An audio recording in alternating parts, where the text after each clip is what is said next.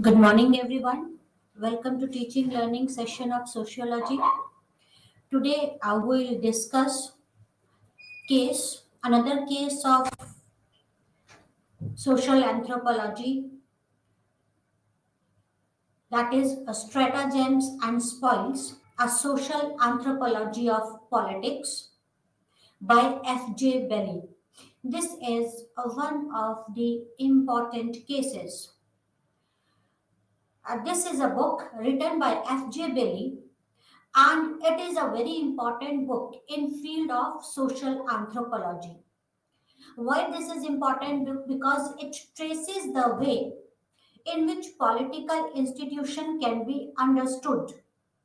In this book, F.J. Belly tried to explain about the political institution, and this political institution can be understood by looking at certain rules and regulations.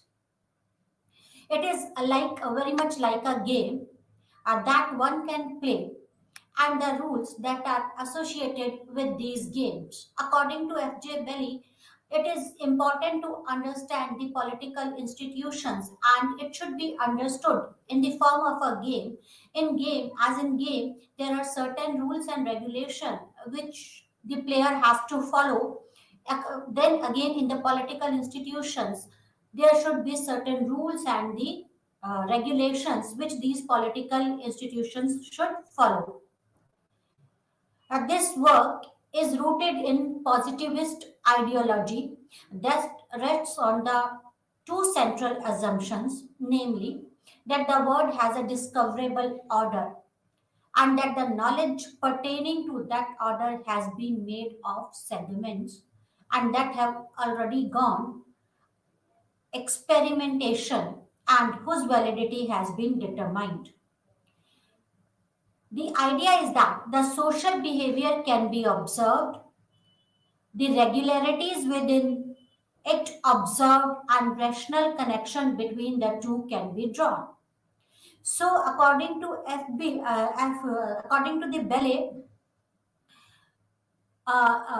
according to Bellet, the social behavior can be observed, and these regularities within the observed and rational connection between two can be drawn. And this case is based on the positivist ideology. What is positivist ideology? We discussed in our previous lectures. So this is based on the positivist ideology, and according to Bellet, the idea that social behavior can be observed.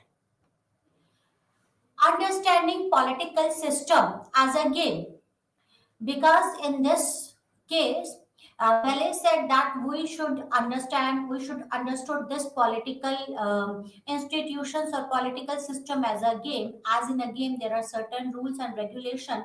In the same way, there are certain rules and regulation in political system, and we should understand this political system as a game. Belle began his understanding of a political system by equating it to a game and hold that just as there are rules in the game and the competitors agree on what those rules are. In the similar manner, politics also has these mutual agreed upon rules. Like in games, there are certain rules, and the players of opposite team, that is the player of both teams, agreed upon those rules. Similarly, in political system, according to Belle, there are certain rules, or these political rules has been mutually agreed upon by the competitors. After the point of time, political resembles less of a game and more of a fight, in which the final objective is not to just win the game, but rather to destroy that game in such a way that a new set of rules may be established. According to Belle, this political system started as a rule, but over a period of time, this political game or this political politics resembles to a fight rather than the game. And the only thing, the objective of this politics is not only to win the game, but also to destroy the game so that a new rules can be established in favor of the political system. So, according to FB Bellet, the political system started as a game. There are certain rules and regulations agreed upon by the competitors, but over a period of time, these rules, these politics destroy these games. Not only win this game, but the objective of the politics is not only to win this game, but to destroy the rules so that they can establish the new rules. He talks about the two kinds of rule that exists. The normative rules. First is the normative rule, a rule that are out there in the public, rules that do not describe a particular type of action, but on the contrary, those which set a broad set of limit to social action. So, according to Belle, there are two kinds of rules exist in the political game. The first is the normative rule. Normative rules are those rules which are in the public, and it is a broad set of limit of social action.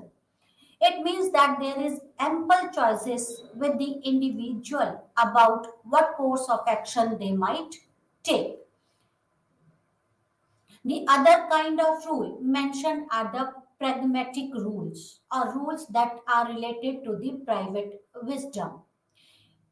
In these rules, that are the ones that Belly wants to focus on, he maintains that these rules, which each culture has its set of, but yet there is something common in all pragmatic cultural rules which must be located.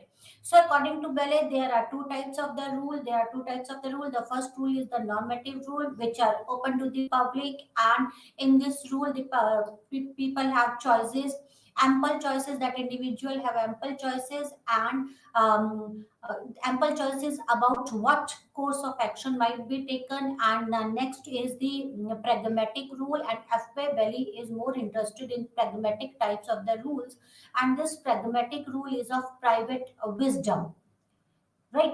So, according to Belly, these rules, which each culture has its set of, yet there is common something in all pragmatic cultural rules. That these pragmatic rules, these are the private wisdom rules, and it totally depends on the culture. But again, there are certain common things.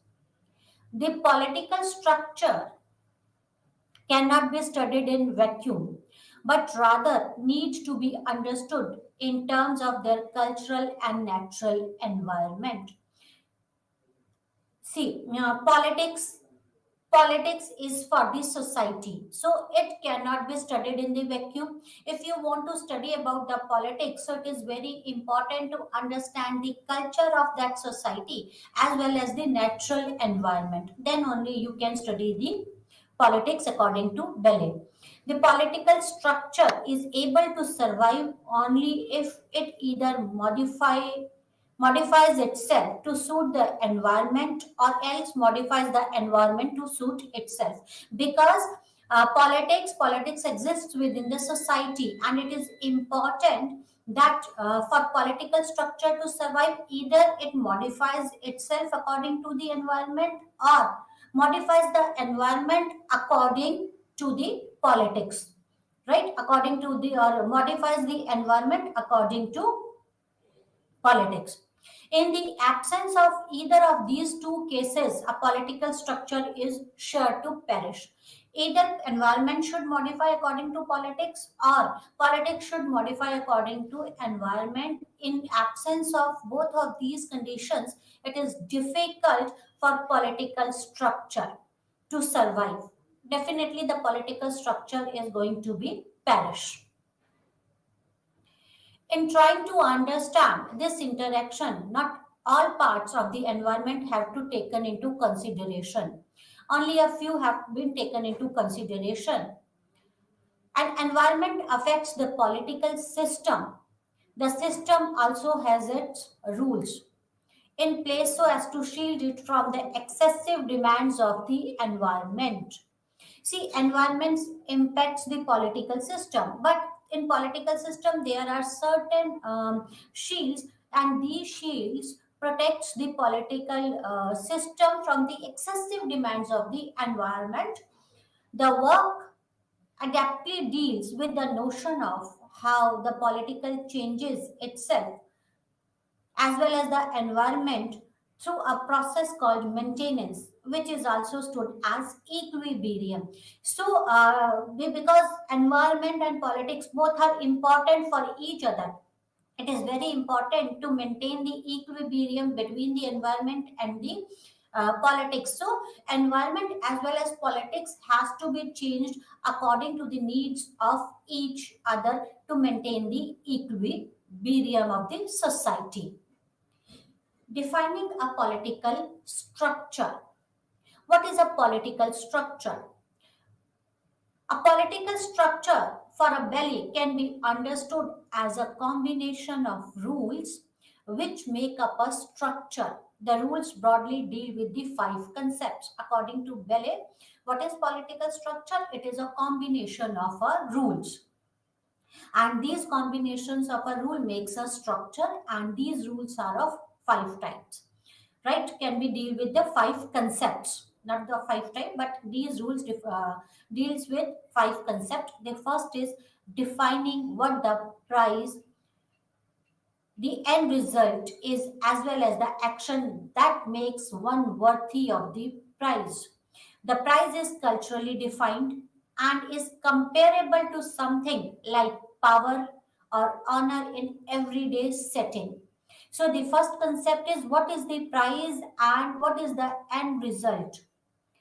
As action that makes one worthy of the prize, right? What is the prize? If I want that prize, what action should I take to for that prize, right? And these prizes are, according to Bellis, culturally defined, and these prizes are comparable the prizes like power. What is the prize? The prize could be power, the prize could be honor, and to get the power and honor, what action should be taken?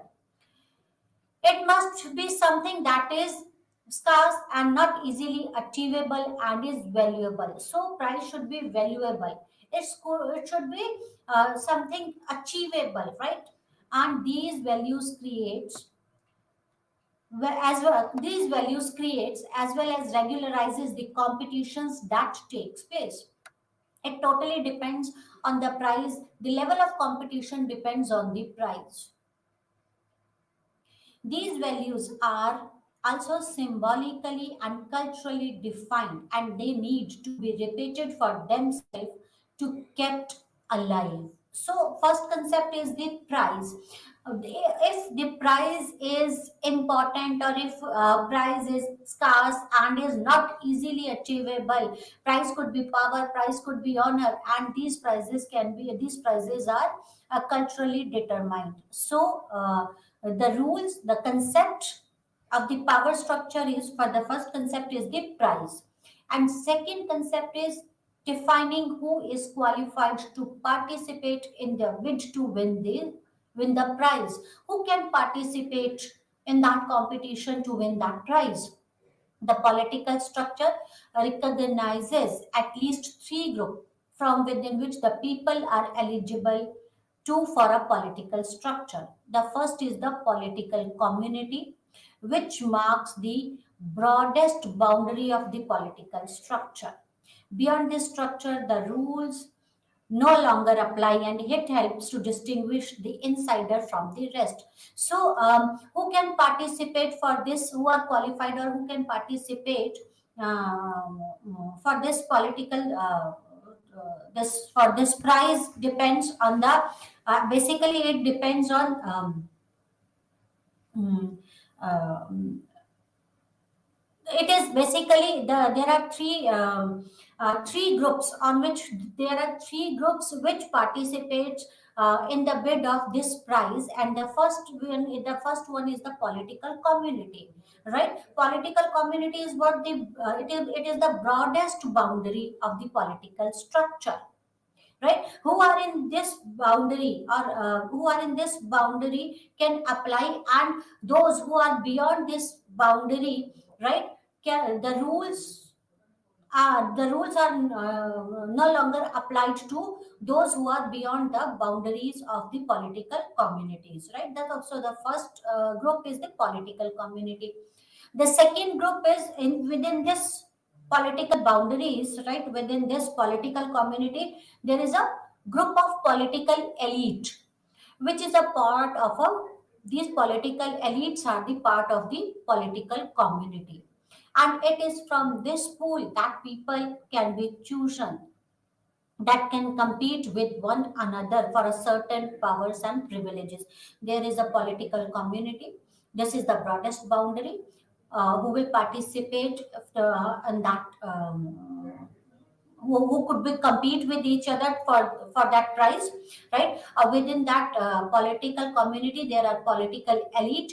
These political there are the pool of people who can be chosen to take to compete with each other, and there are the third is the political team. And the political team, which is how people in the political structure should organize themselves. It is usually how supporters are mobilized, and team that is based on the achievement status is an association. So political community, political elite, and then the political team. These are the second criteria is who these can be qualified to participate in the bid to win that prize, right? The third criteria for political structure is defining what the composition of competing team will be. The composition of the members can be ascertained from the political community. Within it lays the group and the elite, and even the deeper still are the state political teams that are made up, which fight for the prize. And finally, all the center of all this is the leader. So, the composition of team is political group, and then political elites, and the political team, and important is leader. Among them, there should be one leader. Depending on whether the team is morally obliged to the leader, and so are the parts of the groups, or whether there are contractual basis, the groups can be divided into two: the formal moral team and the lateral contract team. So, team could be of two types: the moral team and the contract team. The fourth concept is defining how the competition will takes place, and also making clear what accounts as a fair practices and what as unfair practices in the game, right? So defining the fair practices and unfair practices, right? And how competition will takes place. The rules about the competitions not only constrain the behavior of those who are taking part, but also promotes the sense of order and ensures that line of communication is very clear between all the contenders. So the fourth concept is that is the rules that how the competition will takes place, and the rules of the fair and the unfair practices of the competition. The message that are passed across are known as confrontations. These messages may lead to public display of their strength, a display of resource available with each team, which is termed as encounter. The fifth concept is defining what procedure is to be followed in case the rules are broken. So there are certain defined rules. So what procedure is to be followed if rules are broken? In the political structure, there are mechanisms which ensures that in case there are opposing views between the contestants, then this can be taken care of through the role of mediator. And the role who would be mediated and the role of who would be a mediator is not fixed and can change from one situation to another. Those who are the allies in one situation can very well be opposing team in another situations. So, if in case the procedure is not followed, it could be solved by the mediator, right? And these mediator is the role of this mediator is not fixed and can change from one situation to another situation. So, according to F. Bellet, there are the five concepts of the political structure, and the political structure depends on these the five concepts. As he said that as the leader is the center of the political structure. So what is the position of the leader in that political structure? The leader plays a very important role in political structure. According to F.B. Belly, there are two major kind of understanding when it comes to the politics, the role that leaders plays. One cultural understanding believes that all men are equal, and by virtue of that, they should have equal amounts of political power. And on the other hand, are the culture which proclaims the opposite, that is, that all men are born are not all men are born equal, and that only few chosen one have the rights to rule. So there are two types of beliefs. The first is in some culture, the belief is that all men are equal and they should have equal amounts of political power, right? All men are equal, and by because all men are equal, because of virtue of that, all should have equal amounts of political power. Anyone can compete for that prize. And in some culture, that those culture proclaims that all men are not equal. Few are born, they are not born equal, and few have been chosen to rule. They have the right to rule, right? So there are the two central ideas. And there is a third kind of understanding too that sways between the two. To be able to become a leader is not just a matter of being born in the right group, but is also the skill that can be acquired. So basically, there are the two central ideas, that is, all men are equal, and by virtue of that, anyone can and everyone should have equal political power, have equal right to compete. The second understanding is that in some culture, that according to those culture, so according to that understanding, that all are not equal born, but few are born to rule. And there is a third understanding that is in between the two. And according to this third understanding, that it is not important to become a leader, it is not important to be born in some right group or in a group that is that is born to rule. But apart from this, there should be skills to rule. That skill should be acquired to rule. So if you are born in an elite class, or if you are born in that group which are supposed to rule, but if you don't have a skills, then the chances could be there that you cannot rule. So you should have skills as well as you should be born in that group, right? So what are the various roles of the leader? In order for the smooth functioning of a political team, it is important that someone takes the decisions within the group and the other members follow this decision. So, leader is the one who takes the decisions, and everyone else follows the taken decision taken by the leader. This then becomes the main responsibility of a leader, that is the decision making. A leader primarily has to take two types of the decision, one which helps the main group and the other which concern the task the team has to perform vis-a-vis outside world. So there are two types of the decision which leader has to be take. The one decision which is associated with the main group, and the second type of a decision is concerned with that of the team, that is what the team has to perform, right? The member may compete with each other to increase their own share of the spoils or profits. Or in case of morale teams where they compete for precedence, it is the leader then who has to mediate and resolve these issues.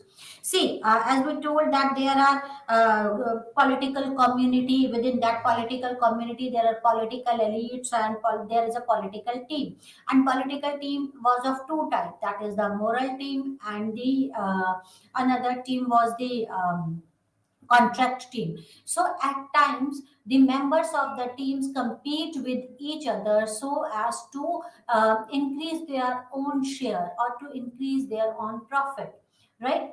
That is basically in case of the moral team, right? Where they compete for the precedence.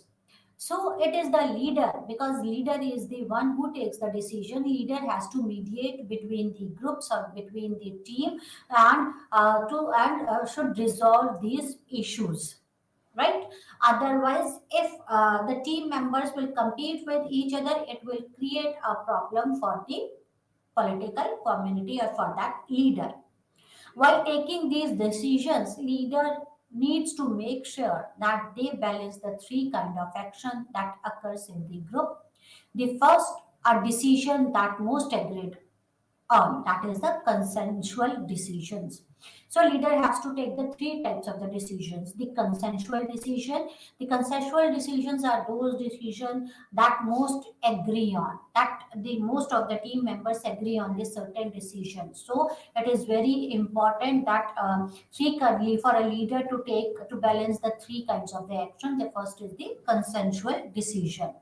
The second decision where there isn't any time for a discussion and is necessary and forced upon the group. And in the second time, and the second type is where leader takes the decision and everyone else has to follow the decision taken by the leader. It could be because of the lack of time, it could be because of the emergency situations.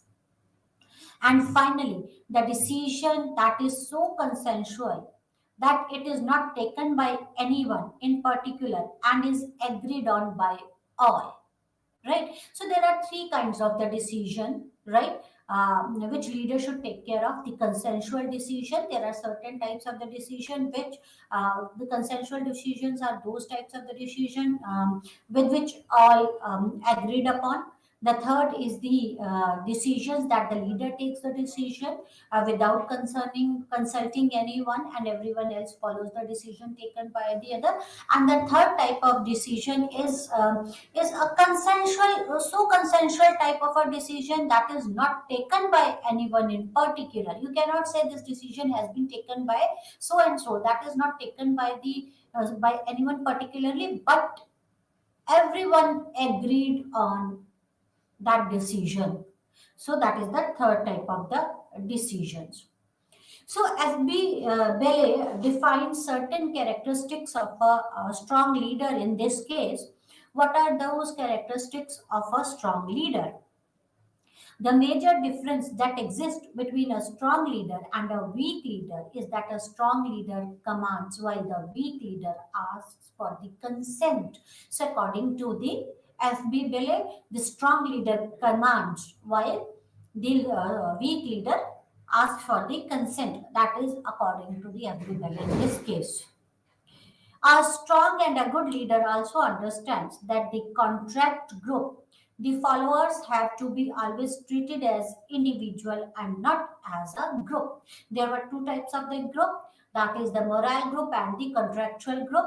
So, according to Bele, a good leader should understand that in the contract group, he should treat the followers as an individual, not as a group. And Their requirements are different, and therefore, not everyone needs to be kept happy at the same time. It is very difficult to keep everyone happy. So, leaders should take the decision which is good for the majority of people, right? A leader can have several ways of dividing up the earned dividends, right? That is the profits. So it is very important that leader should divide the profits or the spoils, right? And there are various ways the leader can divide the earned dividends or the profits. These profits could be in form of the material goods. It could be money or it could be any other material good, and could also be in form of titles that can be handed over the followers. It is not important that these dividends or these goods should be only the material good. It could be material good. Material good means it could be money, it could be something else, materialistic things. But the another way of dividend is these dividend could be in the form of titles that can be handed over to the followers, right? As the Britishers did. Both material resources as well as power positions are important in the game. Good leadership, nevertheless, is not only about the material good but is also dependent on the skills. So, this was the case of this is the case of F.B. Belle, right? That is, he discussed the politics with politics as a game, and like in a game there are certain rules, and all the players of the game follows those rules. Similarly, in the politics there are certain rules and regulations that are that these rules and all the competitors agreed upon these rules and regulations.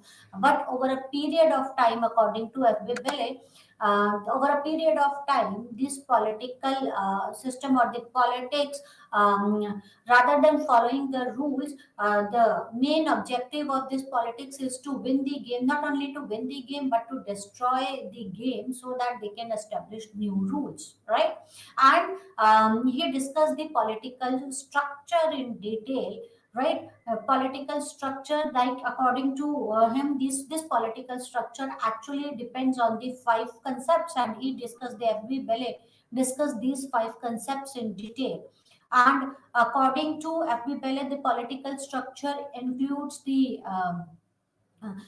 this political structure includes the political team and the political elite and the political community. The political community is the broadest criteria or the broadest boundary of this politics, and within this political communities comes the political elite and the political team. And the political team could be of two types: the moral and the contractual team. And there should be a leader, and leader plays an important role in politics. Then here the FB Belle discussed the certain characteristics of a leader and the important roles of the leader. According to FB Belle, the important role of a leader is to take a decision, right? The decision making is very important for the leader, and the decision could be of consensual type. Consensual type decisions means that everyone agreed upon those rules. At times the leader has to take the decision without consenting everyone, and everyone else should follow the decision taken by the leader. And the third type of the decision he discussed is that at times no one takes the decision but everyone agrees upon that decision, right?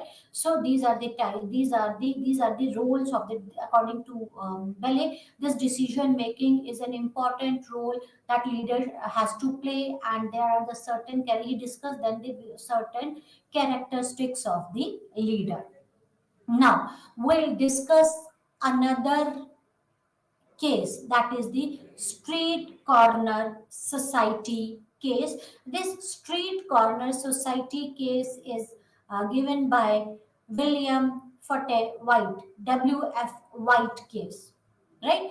WF White discuss the street corner society. What is this street corner society? SCS. This street corner society was originally published as a street corner society by William Fate White. The social structure of an Italian slum by University of Chicago in 1943. So this was published by a Chicago press in 1943, and originally it was the social structure of an Italian slum. This SCS, that is the Street Corner Society, has been called the classic study of the field work and participant observation. This is important study of ethnomethodology, right? And this is a classical case of the field study and the participant observation. It was republished several times over years. It is description of behavior of some individuals organized into different groups in an Italian slum area of an American city. So, what is SCS? SCS is actually it is actually a description of behavior of individuals organized into different groups in an Italian slum. In an Italian slums, these some individual are organized into the different groups, and how these individual groups behave, right? Especially in slum areas, these groups are from the slum areas, right? So. For this study, the data is drawn from 3.5 years, that is from 1936 to 40, a study of the district which White called as Corneville, right? So this street corner society street corner society is based on the field study and participant observation. And so for field study, WF White studied an Italian slum from 1936 to 1940, and during this period he collected the data, and he collected the data from the district which he called the Cornerville. Spending time in the area helped him to understand closely how the social structure of the street corner gang changed over the time, because he spent a lot of time, ample amount of time to collect the data, that is 3.5 years, right? During this period, he closely observed the social structure of these gang, and he observed how these social structure of these street corner gang changed over the time. So these gangs, the structure of these street corner gang changed over a time, and he observed that White observed these social structure, these changes in the social structure of these street corner gangs. His work has challenged the assumption that slums are inherently disorganized. There was a perception that slums are disorganized, and his study challenged this assumption that slums are inherently disorganized. Through his work, he sought to bring out the degree of organization in slums. According to W.F. White, slums are not disorganized, right? There is a degree of organization in slums. His writing implied that social researchers do not understand the nature of organization in slums and hence refer to them as disorganized, because the researchers are not able to understand the structure about the organizational structure of these slums. So they say that these slums are disorganized. Actually, according to White, these slums are not disorganized.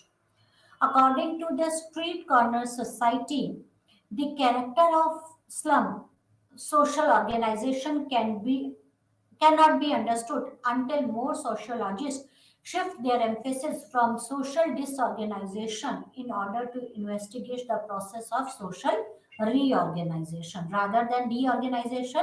Disorganization from these sociologists should shift their emphasis to social reorganization. Street corner society can be seen as an attempt in the direction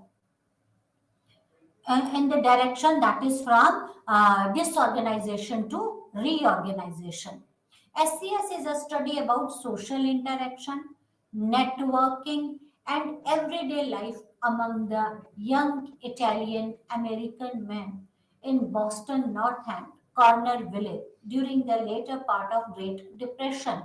So, after the Great Depression, in the later part of the Great Depression, he collected W.F. White studied the corner village, that is, it is a slum of Boston North End, right? It's a Boston North End, and it is an Italian slum, right? Basically, the young Italian American men in Boston Northern Corner Village, they study the Italian American men, and this street corner society study about the social interaction, networking, and everyday life among these young slum dwellers. Corner boys versus college boys, social relation and leadership pattern. WFY, in the first part of his book, there are comprehensive account for the establishment and systemization of local gangs. According to White, there are certain local gangs, and in the first part of his book, he established and systemized this account of the local gangs. Street corner men hardly saw any. Sorry, street corner men hardly saw each other outside their chosen corner. Although various corner gang reserved the same night every week, so there is a particular place where these gangs or the members of these gangs meet each other. There is a particular place, right? This formed their time for some special activity, and these special activities unceremoniously bound the men together. So there is a particular time, there is a particular place where particular corner where these gang meet with each other at same night every week, and this meeting is a special time. This is unceremonial bound that men together, right? This meeting creates a bonding between the members of that gang or group. The gang in the street corner society were completely united since most of the gangs activities can be traced back to their earlier childhood. So, why they are this SCS, they are why the members of these gangs are united together, because of their early childhood, because they know each other from their childhood. Home usually plays a very small role in the activities of corner boys. People were usually known by their nicknames and by not their family names. So this family plays a small roles in their life because everyone know each other by their nickname, not by their family name. So why they do so? Because they know each other from their childhood. In his work, White described the peer group interaction of the boys in the community by differentiating between as the corner boys and the college boys. So there were two types of the groups, the corner boys and the college boys. The lives of the corner boys revolve around the particular street corner and the neighboring shops. And these corner boys, the life of these corner boys revolve around the particular street corners or the neighboring shops, right? Because they don't because they meet with each other at the particular street corners, right? Their home life was reduced to minimum, and many had no longer employment and were engaged in illegal activities. And these corner boys were basically engaged in illegal activities. because they don't have regular employment, right? And their home life was reduced to the minimum. The focal point of action was the street corner, which usually gave its name to the group. And the important is that the point of action is that the street corner, which gave its name to the group where they meet. That is important. That street corner where they meet with each other plays an important role in street corner in life of these boys. On the other hand, the college boys were more focused on the good education and moving up to the social ladder. The corner boys, who were larger in number, usually have less than high school education. The level of education of these street corner boys is less than the high school. While describing the relationship between the people, White explained the relationship and leadership pattern as well. So, White explained the relationship within the college boys, within the that is between the college boys and the street gangs or the corner gangs. The relationship between the corner boys were deemed to be stronger than the college boys, right? So the relationship between the corner boys are important because they know each other from their childhood. They spend maximum time with each other. They don't have regular employment, so they have more important, that is stronger bond with each other than the college boys have. He explained that the informal corner leaders, in their efforts to gain social recognition, finally supported many of the group activities. Whereas the bond of thrifty college boys, who already are able to conform to some aspects of middle class values that they wish to achieve, were rather weak, ready to break whenever the collision with the personal betterment. That is, the relationship between the college boys are very weak, and these relationship could they are ready to break their relationship with each other when there is a collision between their personal betterment, when there is a choice between, when they have the choice between their personal betterment and their relationship. These college boys always chooses the personal betterment over the relationship with their friends.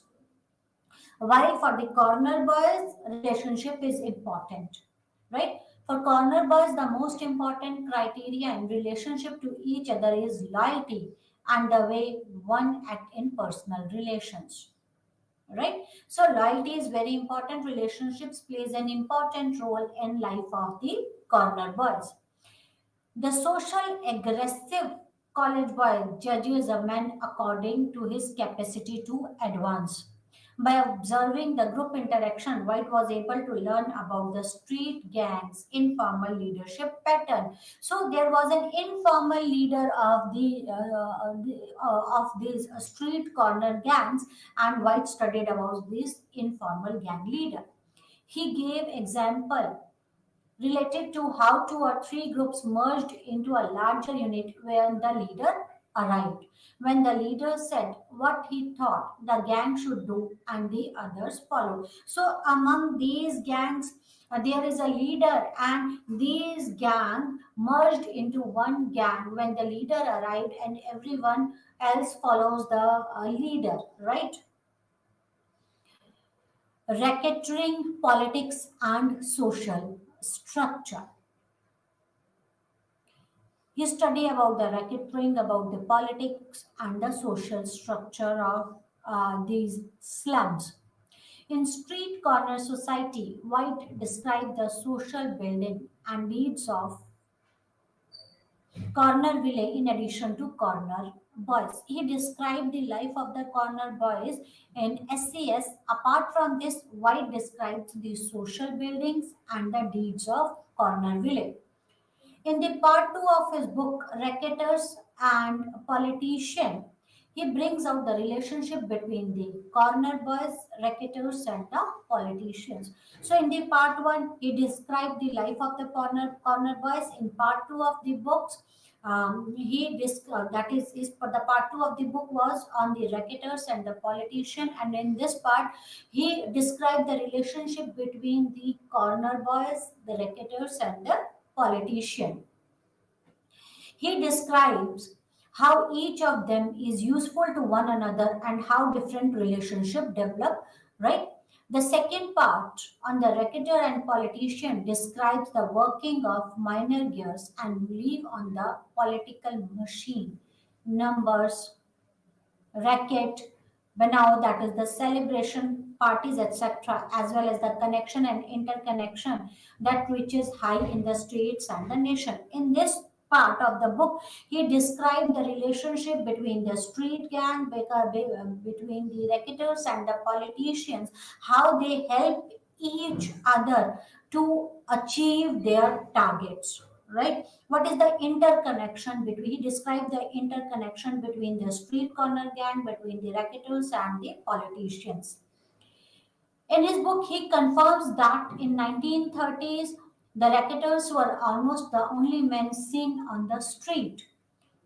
They were also among the beneficiaries who had money and political influences. White White's purpose was to expose in details the street gangs, social, criminal, and political organization. These constituted alternative career path for the racketers and the politicians.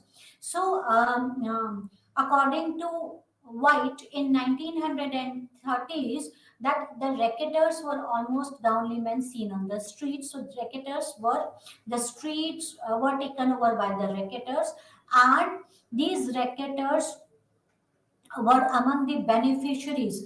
Though they had money and the political influence. And uh, why he studied about the racketers, the White's purpose to study was to expose in detail the street gangs, social, criminal, and political organization. How these gangs are associated with criminals and the political organization, right? For corner village politician, there are five prongs to their speeches: race, class, the candidate's personal appeal, his qualification for office, and the statement of political strength. So these are the five prongs for any politician for this corner village city, and these prongs impact their relationship between different gangs who will offer political support to them. Why? Because of their caste, because of their class, because of their race, because of candidates personal appeal and the qualification for the office. The racketers often serve as a mediator between the corner boys and the politician. The effect of racketers on the corner village can be distributed into three classes: on the daily life of the corner boys, the representative, and the social structure. So these racketers impact these racketers affect the corner village in three ways. That is, on the daily life of they have impact on the daily life of these corner boys, the representatives, and the social structure. They have influence on all these three. Racketers exert influence on both the corner boys and the politicians, and thereby entire social structure of the corner village. So racketers are very powerful because they can influence they have influence on the corner boy as well as on the politician and the entire social structure of corner village. A reciprocal obligation do not play its role only at the street level, interconnected world of the racketeer and politics. So there is a reciprocal obligation because they are mutually connected. So everyone get the benefit of because of this connection. Methodological contribution of street corner society. How we study about this. White carried out his research study using the method of observation, participation observation. Participant observation is method which has many tensions and contrasts. In an unfamiliar setting, it offers a certain flexibility to the researcher. It is a method which requires a time, a year or a more, and he observed this society for 3.5 years. So he applied the field extensive field study and the participant observation method. It is a challenging method. This participation observation method is a challenging method to participate to practice, and therefore the description given in SCS helps us in establishing the usefulness of employing this method to explore a new situation and areas. Adler and Johnson argues that SCS represents a foundational demonstration of participant observation methodology. With its detailed, insightful, and reflexive account, the methodological appendix, first published in the second edition, is still regarded as one of the premier statement of the genre.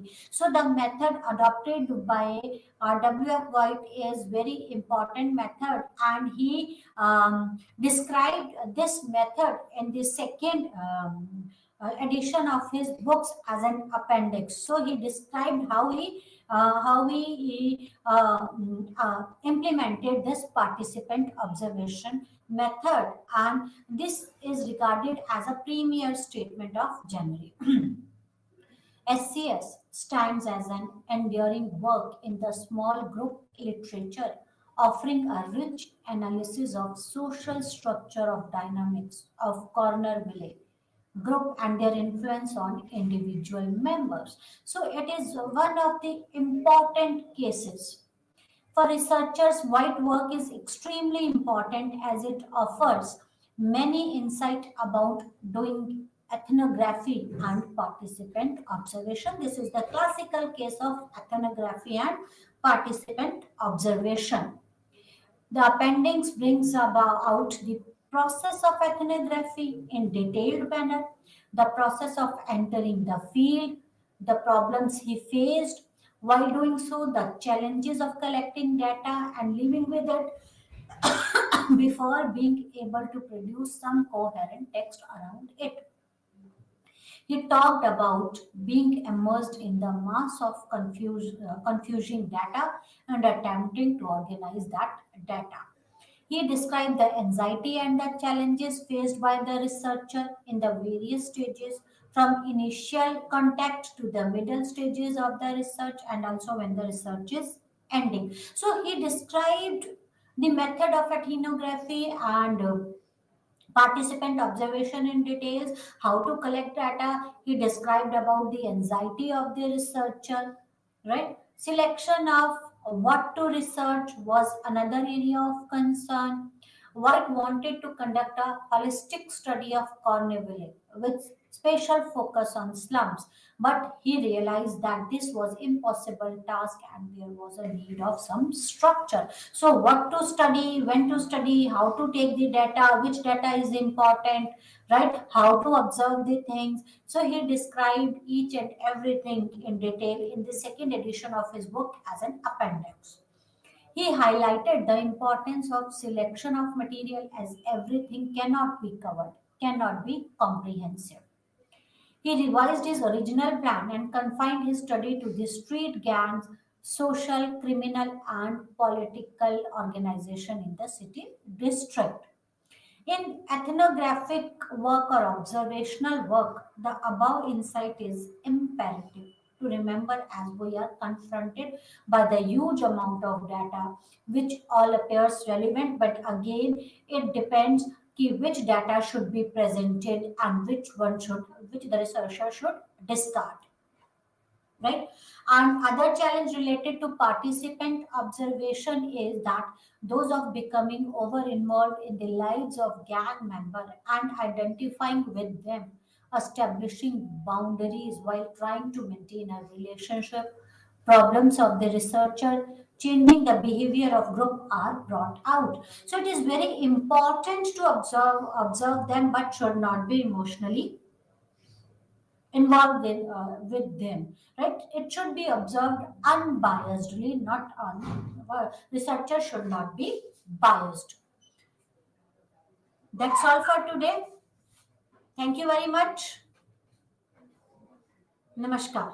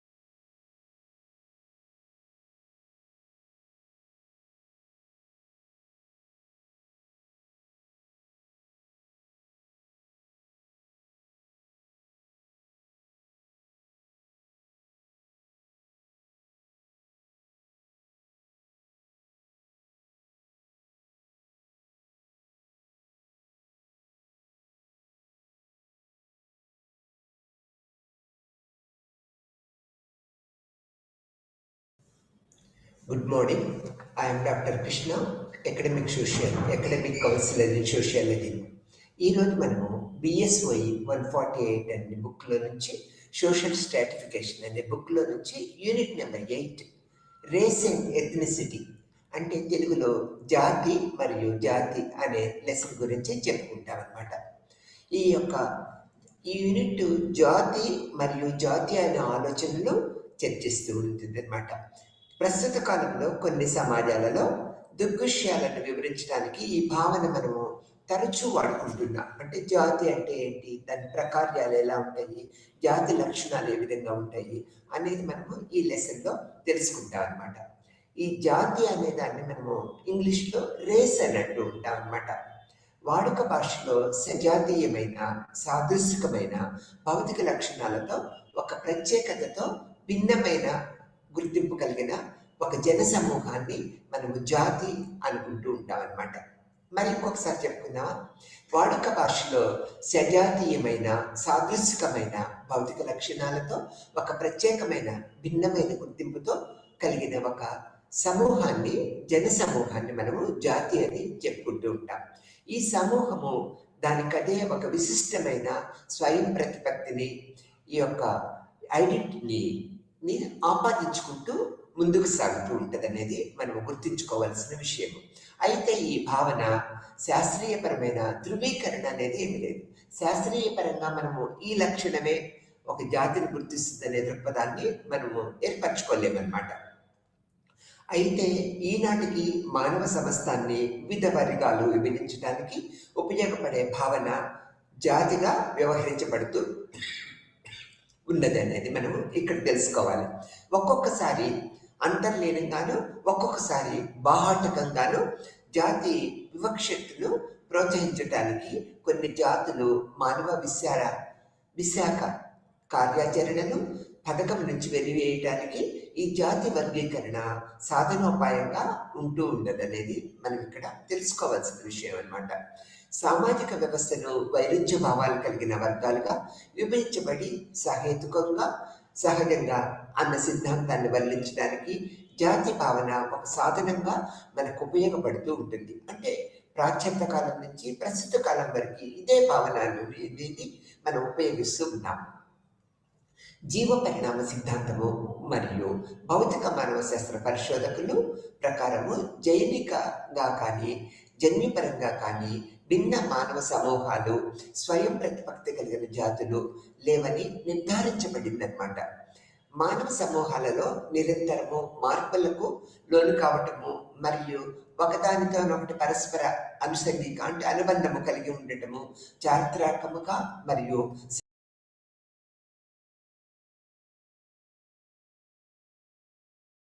ఈనాడు శాస్త్రజ్ఞులందరూ కూడా వివిధ జాతుల మధ్య విస్తరించిన సాముదాయిక జన్యులు అంటే మనని వెలికి తీయడానికి అనేక రకాల పరిశోధనలు చేస్తూ ఉన్నారు. దీనివల్ల మనకేంటి, జాతి యొక్క లక్షణాలు మనము ప్రస్ఫుటంగా చూడగలుగుతామనే అభిప్రాయాన్ని ఏర్పరచుకోవచ్చు అనేది మనం ఇక్కడ జాతి పరంగా పరిశోధన పరంగా మనం చెప్పుకోగలుగుతున్నాం అన్నమాట. ఈ నిర్వచనానికి వస్తే జాతిని మనం ఎలా నిర్వచించవచ్చు అనేది ఎట్లయితే, జాతి నిర్వచించడానికి నిర్దిష్ట ప్రమాణాలు ఏమీ లేవు. అప్పటి నుంచి కూడా అంటే ప్రాచీన కాలం నుంచి కూడా ప్రస్తుత కాలం వరకు ఈ జాతిని మనం నిర్వచించాలంటే ఈ విధమైన ప్రమాణబద్ధమైన పద్ధతులు ఉన్నాయి అనేది మనం ఎక్కడ కూడా చెప్పలేమన్నమాట. అయితే కొన్ని అంశాల ఆధారంగా జాతి అంటే ఏమిటో తెలుసుకోవచ్చు అనమాట. కొన్ని అంశాలను బేస్ చేసుకొని జాతి ఎలా ఉంటుంది, జాతి అంటే ఏంటి అనేది మనం తెలుసుకోవటానికి వీలు పడుతూ ఉంటుంది అనేది మనం గ్రహించవలసిన విషయం. జీవశాస్త్రంలో జాతి అంటే ఒక స్పైసెస్కు చెందిన భాగమని, కొన్ని లక్షణాల ఆధారముగా వర్గీకరించబడిన సమూహం అని అర్థము ఏర్పరచబడి ఉన్నదన్నమాట. జాతి శాస్త్రము రేషియాలజీ అంటూ ఉంటాం జాతి శాస్త్రాన్ని. పూర్వార్థములో తులనాత్మకంగా యుక్తమైన కొలతలతో ఆధారంగా స్థిరమైన, సహజమైన, హేతుబద్ధమైన జాతులుగా వర్గీకరించవచ్చు అనేది మనము పరిశోధన పద్ధతుల్లో గమనించవలసిన విషయం అన్నమాట. ఈనాడు ఉన్న జాతులు మానవ పరిణామ ప్రారంభ దశ నుంచి ఉన్నాయని అనుకునేవారు. అని ఆధునిక నిర్వచనం ప్రకారము జాతి అంటే ప్రత్యేకమైన జన్యు అంటే జెన్యున్ ఫ్రీక్వెన్సీ కలిగిన ప్రవచన జనాభా అంటే బ్రీడింగ్ పాపులేషన్ అనేది సర్వసాధారణంగా మనం చెప్పుకుంటూ ఉంటాం. అనువంశిక లక్షణాలు కలిగి ఒక భౌగోళిక ప్రాంతంలో నివాసం ఉంటూ ఇతర సమూహాలతో విశిష్టమైన వైవిధ్యము కలిగిన మానవ సమూహాన్ని జాతి అని మనం నిర్వచించుకోవచ్చు అనేది ఈ యొక్క జాతి నిర్వచనం ప్రకారము మనకి ఇక్కడ తెలుస్తూ ఉన్నదన్నమాట. ఈ జాతి లక్షణాలను మనము పరిగణలోకి తీసుకున్నట్లయితే ఒక ప్రత్యేకమైన లక్షణాలను జాతి కలిగి ఉంటుంది అనేది మనం ఇక్కడ చెప్పుకుంటూ ఉంటాం. సాధారణంగా వాక్య లక్షణాలను ప్రమాణాలుగా తీసుకొని జాతులు వర్గీకరించబడ్డాయనేది గమనించవలసిన విషయం అనమాట. సాంప్రదాయకంగా క్రింది లక్షణాలు పరిగణలోకి తీసుకోవాల్సిన విషయము మనం గుర్తించుకోబెట్టుకోవాలి. ఇక్కడ ఒకటి అంటే ఇక్కడ ఈ యొక్క 5 లక్షణాలు ఒక 6 లక్షణాలు మనం జాతి లక్షణాలుగా మనం ఇక్కడ ఏర్పరచుకుంటాం. మొదటి లక్షణాన్ని మనం తీసుకున్నట్లయితే శరీరము, కళ్ళు, వెంట్రుకల రంగు. ఇది ఒక ప్రథమ లక్షణంగా మనం చెప్పుకోవచ్చు. మొదటి లక్షణం ఏంటి? శరీరము, కళ్ళు, వెంట్రుకలు, రంగు. వెంట్రుకల రంగు మనం పరిగణలోకి తీసుకుంటాం. రెండో లక్షణాన్ని మనం తీసుకున్నట్లయితే కేశ ఆకృతి అంటే జుట్టు ఏ పద్ధతిలో ఉన్నది అనే దృక్పథాన్ని మనం పరిగణలోకి తీసుకుంటాం. 3 లక్షణాన్ని తీసుకున్నట్లయితే తల, ముఖము, శరీరంపై ఉన్న వెంట్రుకల పరిమాణము ఇవన్నీ కూడా మనం 3 లక్షణాలలో పరిగణలోకి తీసుకుంటాం. 4వ లక్షణాలకు వచ్చేటప్పటికి ముక్కు, పెదవుల మందం. ముక్కు ఎలా ఉంది తీసుకుంటూ ఉంటాం. 5వ లక్షణాన్ని మనం తీసుకున్నట్లయితే ముఖ ఆకృతి. ముఖము ఎలా ఉంది అంటే కోలగా ఉన్నదా, గుండ్రంగా ఉన్నదా, చతురస్రాకారంగా ఉన్నదా అంటే ముఖాకృతిని మనం పరిగణలోకి తీసుకుంటూ ఉంటాం. 6వ లక్షణాన్ని తీసుకున్నట్లయితే శరీర ఆకృతి అంటే మొత్తం హోల్ బాడీ ఎలా ఉన్నది, దేహం ఎలా ఉన్నది అనే దృక్పథాన్ని మనం పరిగణలోకి తీసుకుంటాం. ఇవి జాతికి గుర్తించుకోవాల్సిన లక్షణాలు. 6 లక్షణాలుగా మనం చెప్పుకుంటూ ఉన్నాం. మళ్ళీ ఒకసారి చెప్పుకుందామా? మొదటి లక్షణాలు తీసుకున్నట్లయితే శరీరము, కళ్ళు, వెంట్రుకల రంగు. రెండో లక్షణాన్ని తీసుకున్నట్లయితే కేశ ఆకృతి. 3వ లక్షణాన్ని తీసుకున్నట్లయితే తల, ముఖము, శరీరంపై ఉన్న వెంట్రుకల పరిమాణం. 4వ లక్షణాన్ని తీసుకున్నట్లయితే ముక్కు, పెదవుల మందము. 5వ లక్షణాన్ని తీసుకున్నట్లయితే ముఖాకృతి, తల ఆకృతి. 6వ లక్షణాన్ని తీసుకున్నట్లయితే శరీర ఆకృతి మొత్తం ఏ విధంగా ఉన్నదనేది. ఈ లక్షణాలని తీసుకొని మానవుడు ఏ జాతికి సంబంధించిన వాడు అనేది మనము గుర్తించగలుగుతాం అనేది మనం ఇక్కడ చెప్పుకోవాలి. తర్వాత అరుదైన కొన్ని లక్షణాలు కూడా పరిగణనలోకి తీసుకోవటము జరిగిందనమాట. అవి ఏంటి అనేది ఇక్కడ మనం చూద్దాం. ఇక్కడ శాస్త్ర విజ్ఞానము పెంపొందించడంతో జన్యు లక్షణాలు, జన్యు సంచలనము, రక్త సమూహాలు ఇవి పరిగణలోకి తీసుకున్నాం అనమాట. మరియు భౌగోళిక సరిహద్దులు, వాతావరణ అంశాలు పరిగణలోకి తీసుకోవటం కూడా జరిగిందనేది మనం ఇక్కడ చెప్పుకోవాలి. తర్వాత అనేక విస్తారిక అంటే లార్జ్ ప్రజల జనాభాలను బ్రీడింగ్ పాపులేషన్ని మనము ఈ లక్షణాలు, గణాంక సమూహాలు ద్వారా గుర్తించవచ్చు అనేది మనం ఇక్కడ జాతి లక్షణాల్లో ప్రముఖంగా గుర్తించుకోవాల్సిన విషయం. ఉదాహరణకు తీసుకున్నట్లయితే యూరోపియన్లలో తెల్లని మేనిఛాయ, నున్నని లేక అలలలుగా ఉండే వెంట్రుకల ఆకృతి, దట్టమైన శరీర కేశాలు మనము పరిగణలోకి తీసుకుంటూ ఉంటాం. అదే విధంగా లెప్రోరైన్ ఈ యొక్క పద్ధతిని తీసుకున్నట్లయితే ముక్కు మధ్య రకం నుంచి పొడవైన ఆకృతి కలిగిన లక్షణాలను కలిగి ఉంటాయి. ఈ లక్షణాలన్నీ ఒక సముదాయంలో యూరోపియన్లు కలిగి ఉంటారు అనేది మనము ఇక్కడ గుర్తించుకోవాల్సిన విషయంగా చెప్పుకుంటూ ఉంటాం అనమాట. ఈ యొక్క జాతి లక్షణాల వల్ల ఆ యొక్క మానవులు ఏ జాతికి సంబంధించిన వారు అనేది మనం గుర్తించుకోగలుగుతాం అనమాట. ఈ యూరోపియన్ సముదాయం నుంచి యథేచ్ఛగా ఎంపిక చేసిన ఎంతో కొంతమంది వ్యక్తులు పైన చెప్పబడిన లక్షణాల సముదాయము తప్పనిసరిగా కలిగి ఉంటారనమాట. అయితే ఈ లక్షణ సమూహము మరొక జాతి, ఉదాహరణకు తీసుకున్నట్లయితే మధ్య ఆఫ్రికన్లో కనబడటము అత్యంత అరుదుగా మనం చెప్పుకుంటూ ఉంటాం. అంటే కూడా చూడటానికి వీలు పడతనేది మనం ఇక్కడ ఎగ్జాంపుల్గా చెప్పుకోవచ్చు. తర్వాత జాతుల గుర్తింపులో అనేక రకాల సమస్యలని ఈ పరిశోధకులు కనుగొన్నారు. అంటే వీరు ఈ జాతికి సంబంధించిన వారు, వీరు ఈ జాతికి సంబంధించిన వారు అని చెప్పడంలో అనేక సమస్యలు మనము చూస్తూ ఉంటాం అనమాట. అవి ఇప్పుడు తెలుసుకుందాం అనమాట. సమస్త మానవ సమూహంలో కొన్ని భౌగోళిక జాతులను మాత్రమే గుర్తించడము సులభముగా ఉంటుంది. యూరోప్, మధ్య ఆఫ్రికా, తూర్పు ఆసియా వాసులను వారి జాతి లక్షణాలను ఆపాదించడము సులువుగా ఉంటుందనేది మనం ఇక్కడ చెప్పుకోవాలి. అయితే ఉత్తర ఆఫ్రికా, దక్షిణ ఆఫ్రికా, మిడిల్ ఈస్ట్, తూర్పు ఐరోపా, పశ్చిమ ఆసియా, ఇండియా, శ్రీలంక దేశాలలో నివసించే జాతులను గుర్తించడము, ఒక్కొక్క సమూహానికి దాని విశిష్ట లక్షణాలు ఆపాదించడము చాలా కష్టతరం అనేది మనం ఇక్కడ పరిశోధనల పద్ధతుల్లో గ్రహించామన్నమాట.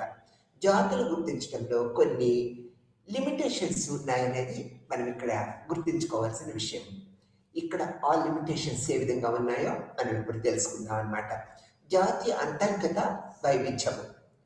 వివిధ జాతులు మధ్య కంటే ఒకే భౌగోళిక ప్రాంతంలో నివసించే సజాతి సమూహము లోపల ఒక్కొక్కసారి శారీరక క్రియ జన్యు వైవిధ్యము అధికంగా మనకి కనిపిస్తూ ఉంటుంది. ఎట్లా ఇది మనం ఇంకొకసారి చెప్పుకుందాం. వివిధ జాతుల మధ్య కంటే ఒకే భౌగోళిక ప్రాంతంలో నివసించే సజాతీయ సమూహము లోపల ఒక్కొక్కసారి శారీరక క్రియ జన్యు వైవిధ్యత అధికంగా మనకి కనపడుతూ ఉంటుంది అనేది పరిశోధన పద్ధతుల్లో మనము గుర్తించుకోవాల్సిన విషయాలు. ఇవన్నీ కూడా మనుషులు అంటే జాతి లక్షణాల మీద ఆధారపడి వ్యక్తుల యొక్క విశిష్టతను, ఆ యొక్క లక్షణాలను మనము గుర్తించుకుంటూ ఉంటాం అనేది మనం ఇక్కడ చెప్పుకోవాలి. తర్వాత కొంతమంది వ్యక్తులను జాతి పాఠ్యాంశాలని వెలుబుచ్చడానికి విశిష్ట ప్రతినిధులుగా భావించడము తీవ్రమైన పొరపాటుగా మనం గ్రహించవలసిన విషయం అన్నమాట. ఈ విధంగా అంటే ఈ యొక్క పొరపాటు అనేది జరిగినట్లయితే ఆ జాతి ఈ లక్షణాలు కలిగి ఉంటుందని చెప్పడము కష్టం అనేది ఇక్కడ అభిప్రాయం. ఉదాహరణకు తీసుకున్నట్లయితే ఉంగరాల జుట్టు, దళసరి పెదవులు, ముదురు మేనిఛాయ కలిగిన యూరోపియన్లను సంకర జాతీయులుగా భావిస్తూ ఉంటాం అన్నమాట. అది పరిశోధన పద్ధతుల్లో మనం వెలుబుచ్చిన అభిప్రాయం అన్నమాట.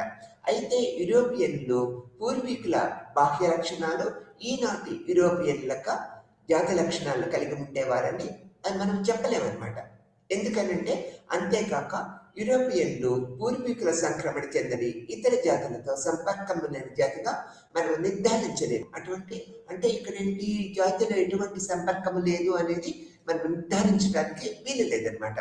ఈ విధమైన పద్ధతుల వల్ల ఆ యొక్క యూరోపియన్ల యొక్క పద్ధతులన్నీ మనము పరిగణలోకి తీసుకున్నారు. మనమంటే ఎవరు? ఇక్కడ పరిశోధకులు జాతి లక్షణాలను గుర్తించేటప్పుడు అనేక రకాల పరిశోధనా పద్ధతుల్లో యూరోపియన్ల సంతతి యొక్క లక్షణాలు అన్నింటినీ పరిగణలోకి తీసుకున్నారని మనం ఇక్కడ చెప్పుకుంటూ ఉన్నాం అన్నమాట. అంతేకాక యూరోపియన్లు పూర్వము ఆ యొక్క లక్షణాలు కలిగి ఉన్నారు, ఇప్పుడున్న యూరోపియన్లు ఎటువంటి లక్షణాలు కలిగి ఉన్నారనే దృక్పథాన్ని మనం విడమర్చి చెప్పడానికి వీలు పడని వ్యవహారము అనేది ఇక్కడ చెప్తూ ఉన్నాము. జన్యు సంచలనము ఎక్కువగా, కొన్ని లక్షణాలను ఎక్కువగా, కొన్ని తక్కువగా ఉండవచ్చు.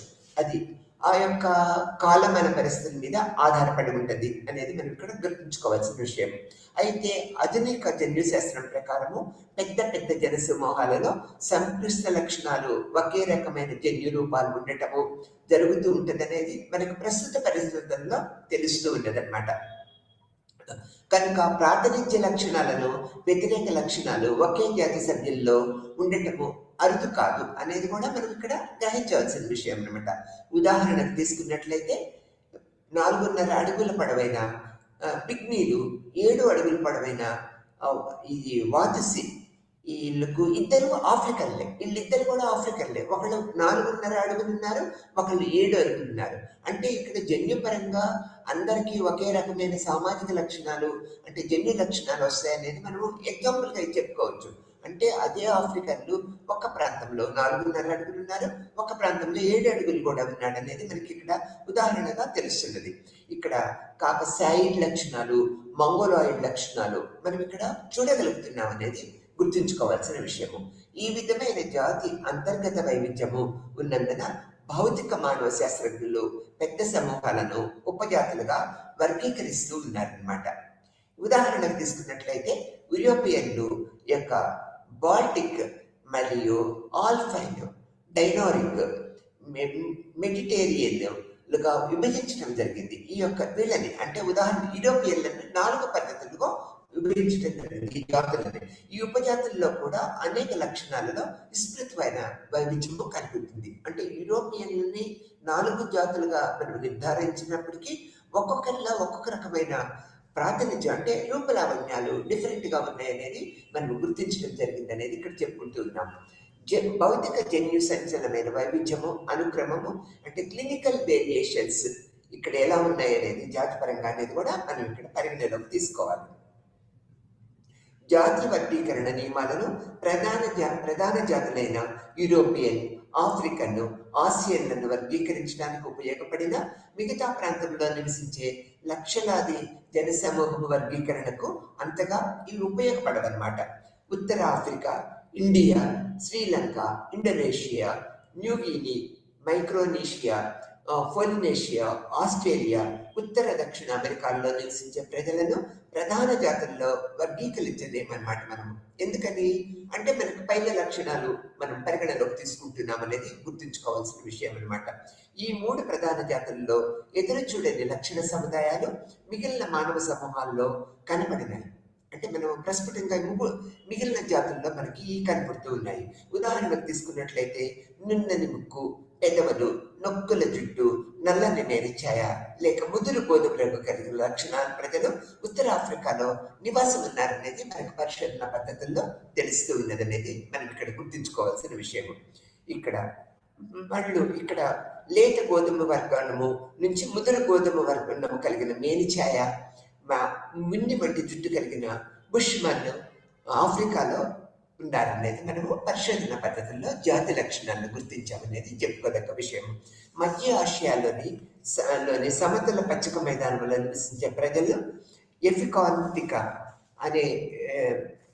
ఎఫికాంతిక మడమ, నొక్కుల జుట్టు, లేత రంగు కళ్ళు, మళ్ళీ శరీరము, ముఖం మీద గణనీయమైన జుట్టు, మంగోలాయిడ్ స్పాటు, లేత మేరిఛాయ కలిగి ఉన్నారనేది మనకి జాతి పరిశోధన పద్ధతుల్లో మనము తెలుసుకోగలిగాం అనమాట.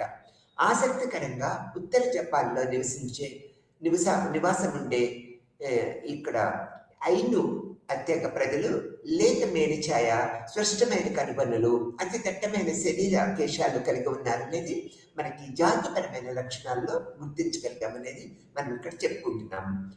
పైన చెప్పిన వైవిధ్యము ఒక క్రమ పద్ధతిలో ఎక్కువ లేదా తక్కువ కావటము జరుగుతూ ఉంటుంది. ఆ యొక్క కాలమాన పరిస్థితుల మీద ఆధారపడి ఉంటుంది అనేది జాతిపరంగా మనం గుర్తుంచుకోవాల్సిన విషయం. ఉదాహరణకు తీసుకున్నట్లయితే యూరోప్లో కనపడే లేత మేనిఛాయ దక్షిణ నైలు నదిని అనుసరించి మధ్య ఆఫ్రికాలో ముదురు మేనిఛాయ క్రమేపీగా మారుతూ ఉన్నదనేది మనం గుర్తించగలిగామన్నమాట.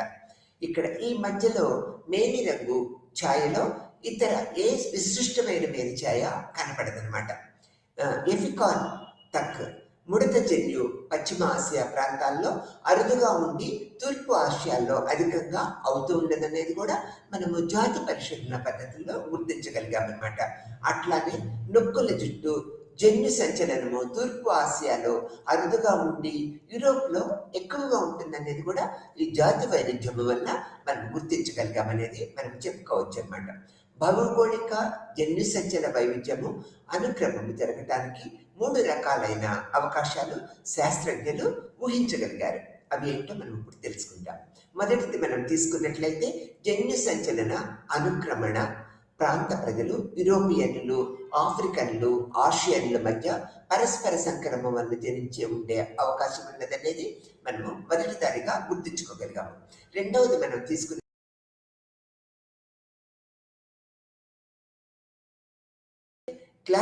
క్లినికల్ పాపులేషన్ని ప్రభావితముగా జాతి సమూహాలు కనుగొనవచ్చు అనమాట. మూడవ అవకాశాన్ని 3 తీసుకున్నట్లయితే ఈ కైనల్ జనాభా పెద్ద జాతుల విభాగాలు కావచ్చు అనేది మనం గుర్తించగలిగాము. ఈ 3 అవకాశాలలో ఏది నిజమైనదో నిర్ధారించడము చాలా కష్టతరముగా మనం చెప్పుకోవాలన్నమాట. అయితే ఎన్ని లక్షణాలు ప్రవళత అంటే ఇట్లా జెనరిక్ చారిటరీస్ మనం తీసుకున్నట్లయితే జాతుల వర్గీకరించడం ఎంత భారమైనదో మనం సూచించగలుగుతాం. అంటే ఈ విధమైన పద్ధతుల వలన ఈ యొక్క జన్యు అంటే జెనెటిక్ క్యారెక్టర్స్ని గుర్తించడము చాలా కష్టతరం అనేది మనము ఈ పద్ధతుల్లో గుర్తించగలుగుతూ ఉన్నాము.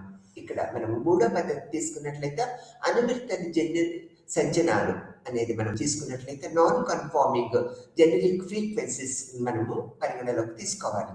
దాన్ని తెలుగులో మనం ఏమంటామంటే అనువర్తించని జన్యు సంచనాలుగా మనం చెప్పుకుంటూ ఉంటాం. కొన్ని జన్యు లక్షణాలు ముఖ్యంగా బ్రాహ్య ప్రస్ఫుటమయ్యేవిగా మనకి కనపడుతూ ఉంటాయి. భౌగోళిక జాతుల్లో ప్రత్యేకించి మనం చూడగలుగుతూ ఉన్నాం అనమాట. ఉదాహరణకు తీసుకున్నట్లయితే భూమధ్య రేఖకు దగ్గరగా నివసించే జాతులు నల్లని మేనిఛాయ కలిగి ఉండటాన్ని సాధారణంగా మనం చెప్పుకుంటూ ఉంటాం అనమాట. జాతుల వర్గీకరణలో పూర్వార్ధం నుంచి విస్తృతంగా వాడబడిన ప్రమాణాలలో అతి ముఖ్యమైనది మేనిఛాయగా మనం గుర్తుంచుకోవాల్సిన విషయం అనమాట. ముఖాకృతి, మేనిఛాయ మనం ప్రముఖంగా చెప్పుకుంటూ ఉంటాం. ఈ రెండు లక్షణాలు వివిధ జాతుల మధ్య ఏ క్రమంలో విస్తరించాయో అదే క్రమానుసారంగా మిగిలిన లక్షణాలు విస్తరించాయన్న విషయాన్ని చర్చించవలసిన అవసరం కూడా మనకి ఇక్కడ ఏర్పరచబడి ఉన్నదన్నమాట. ఒక్కొక్క జాతి వైవిధ్యము సూచించే లక్షణాలే కాకుండా జాతి వర్గాలతో సంబంధం లేకుండా అనేక జాతుల మధ్య విస్తరించి ఉన్న లక్షణాలను కూడా మనం చూడగలుగుతూ ఉన్నాం, చూడవచ్చు కూడా అన్నమాట. ఎలా అన్నట్లయితే మనం ఇప్పుడు తెలుసుకుంటాం.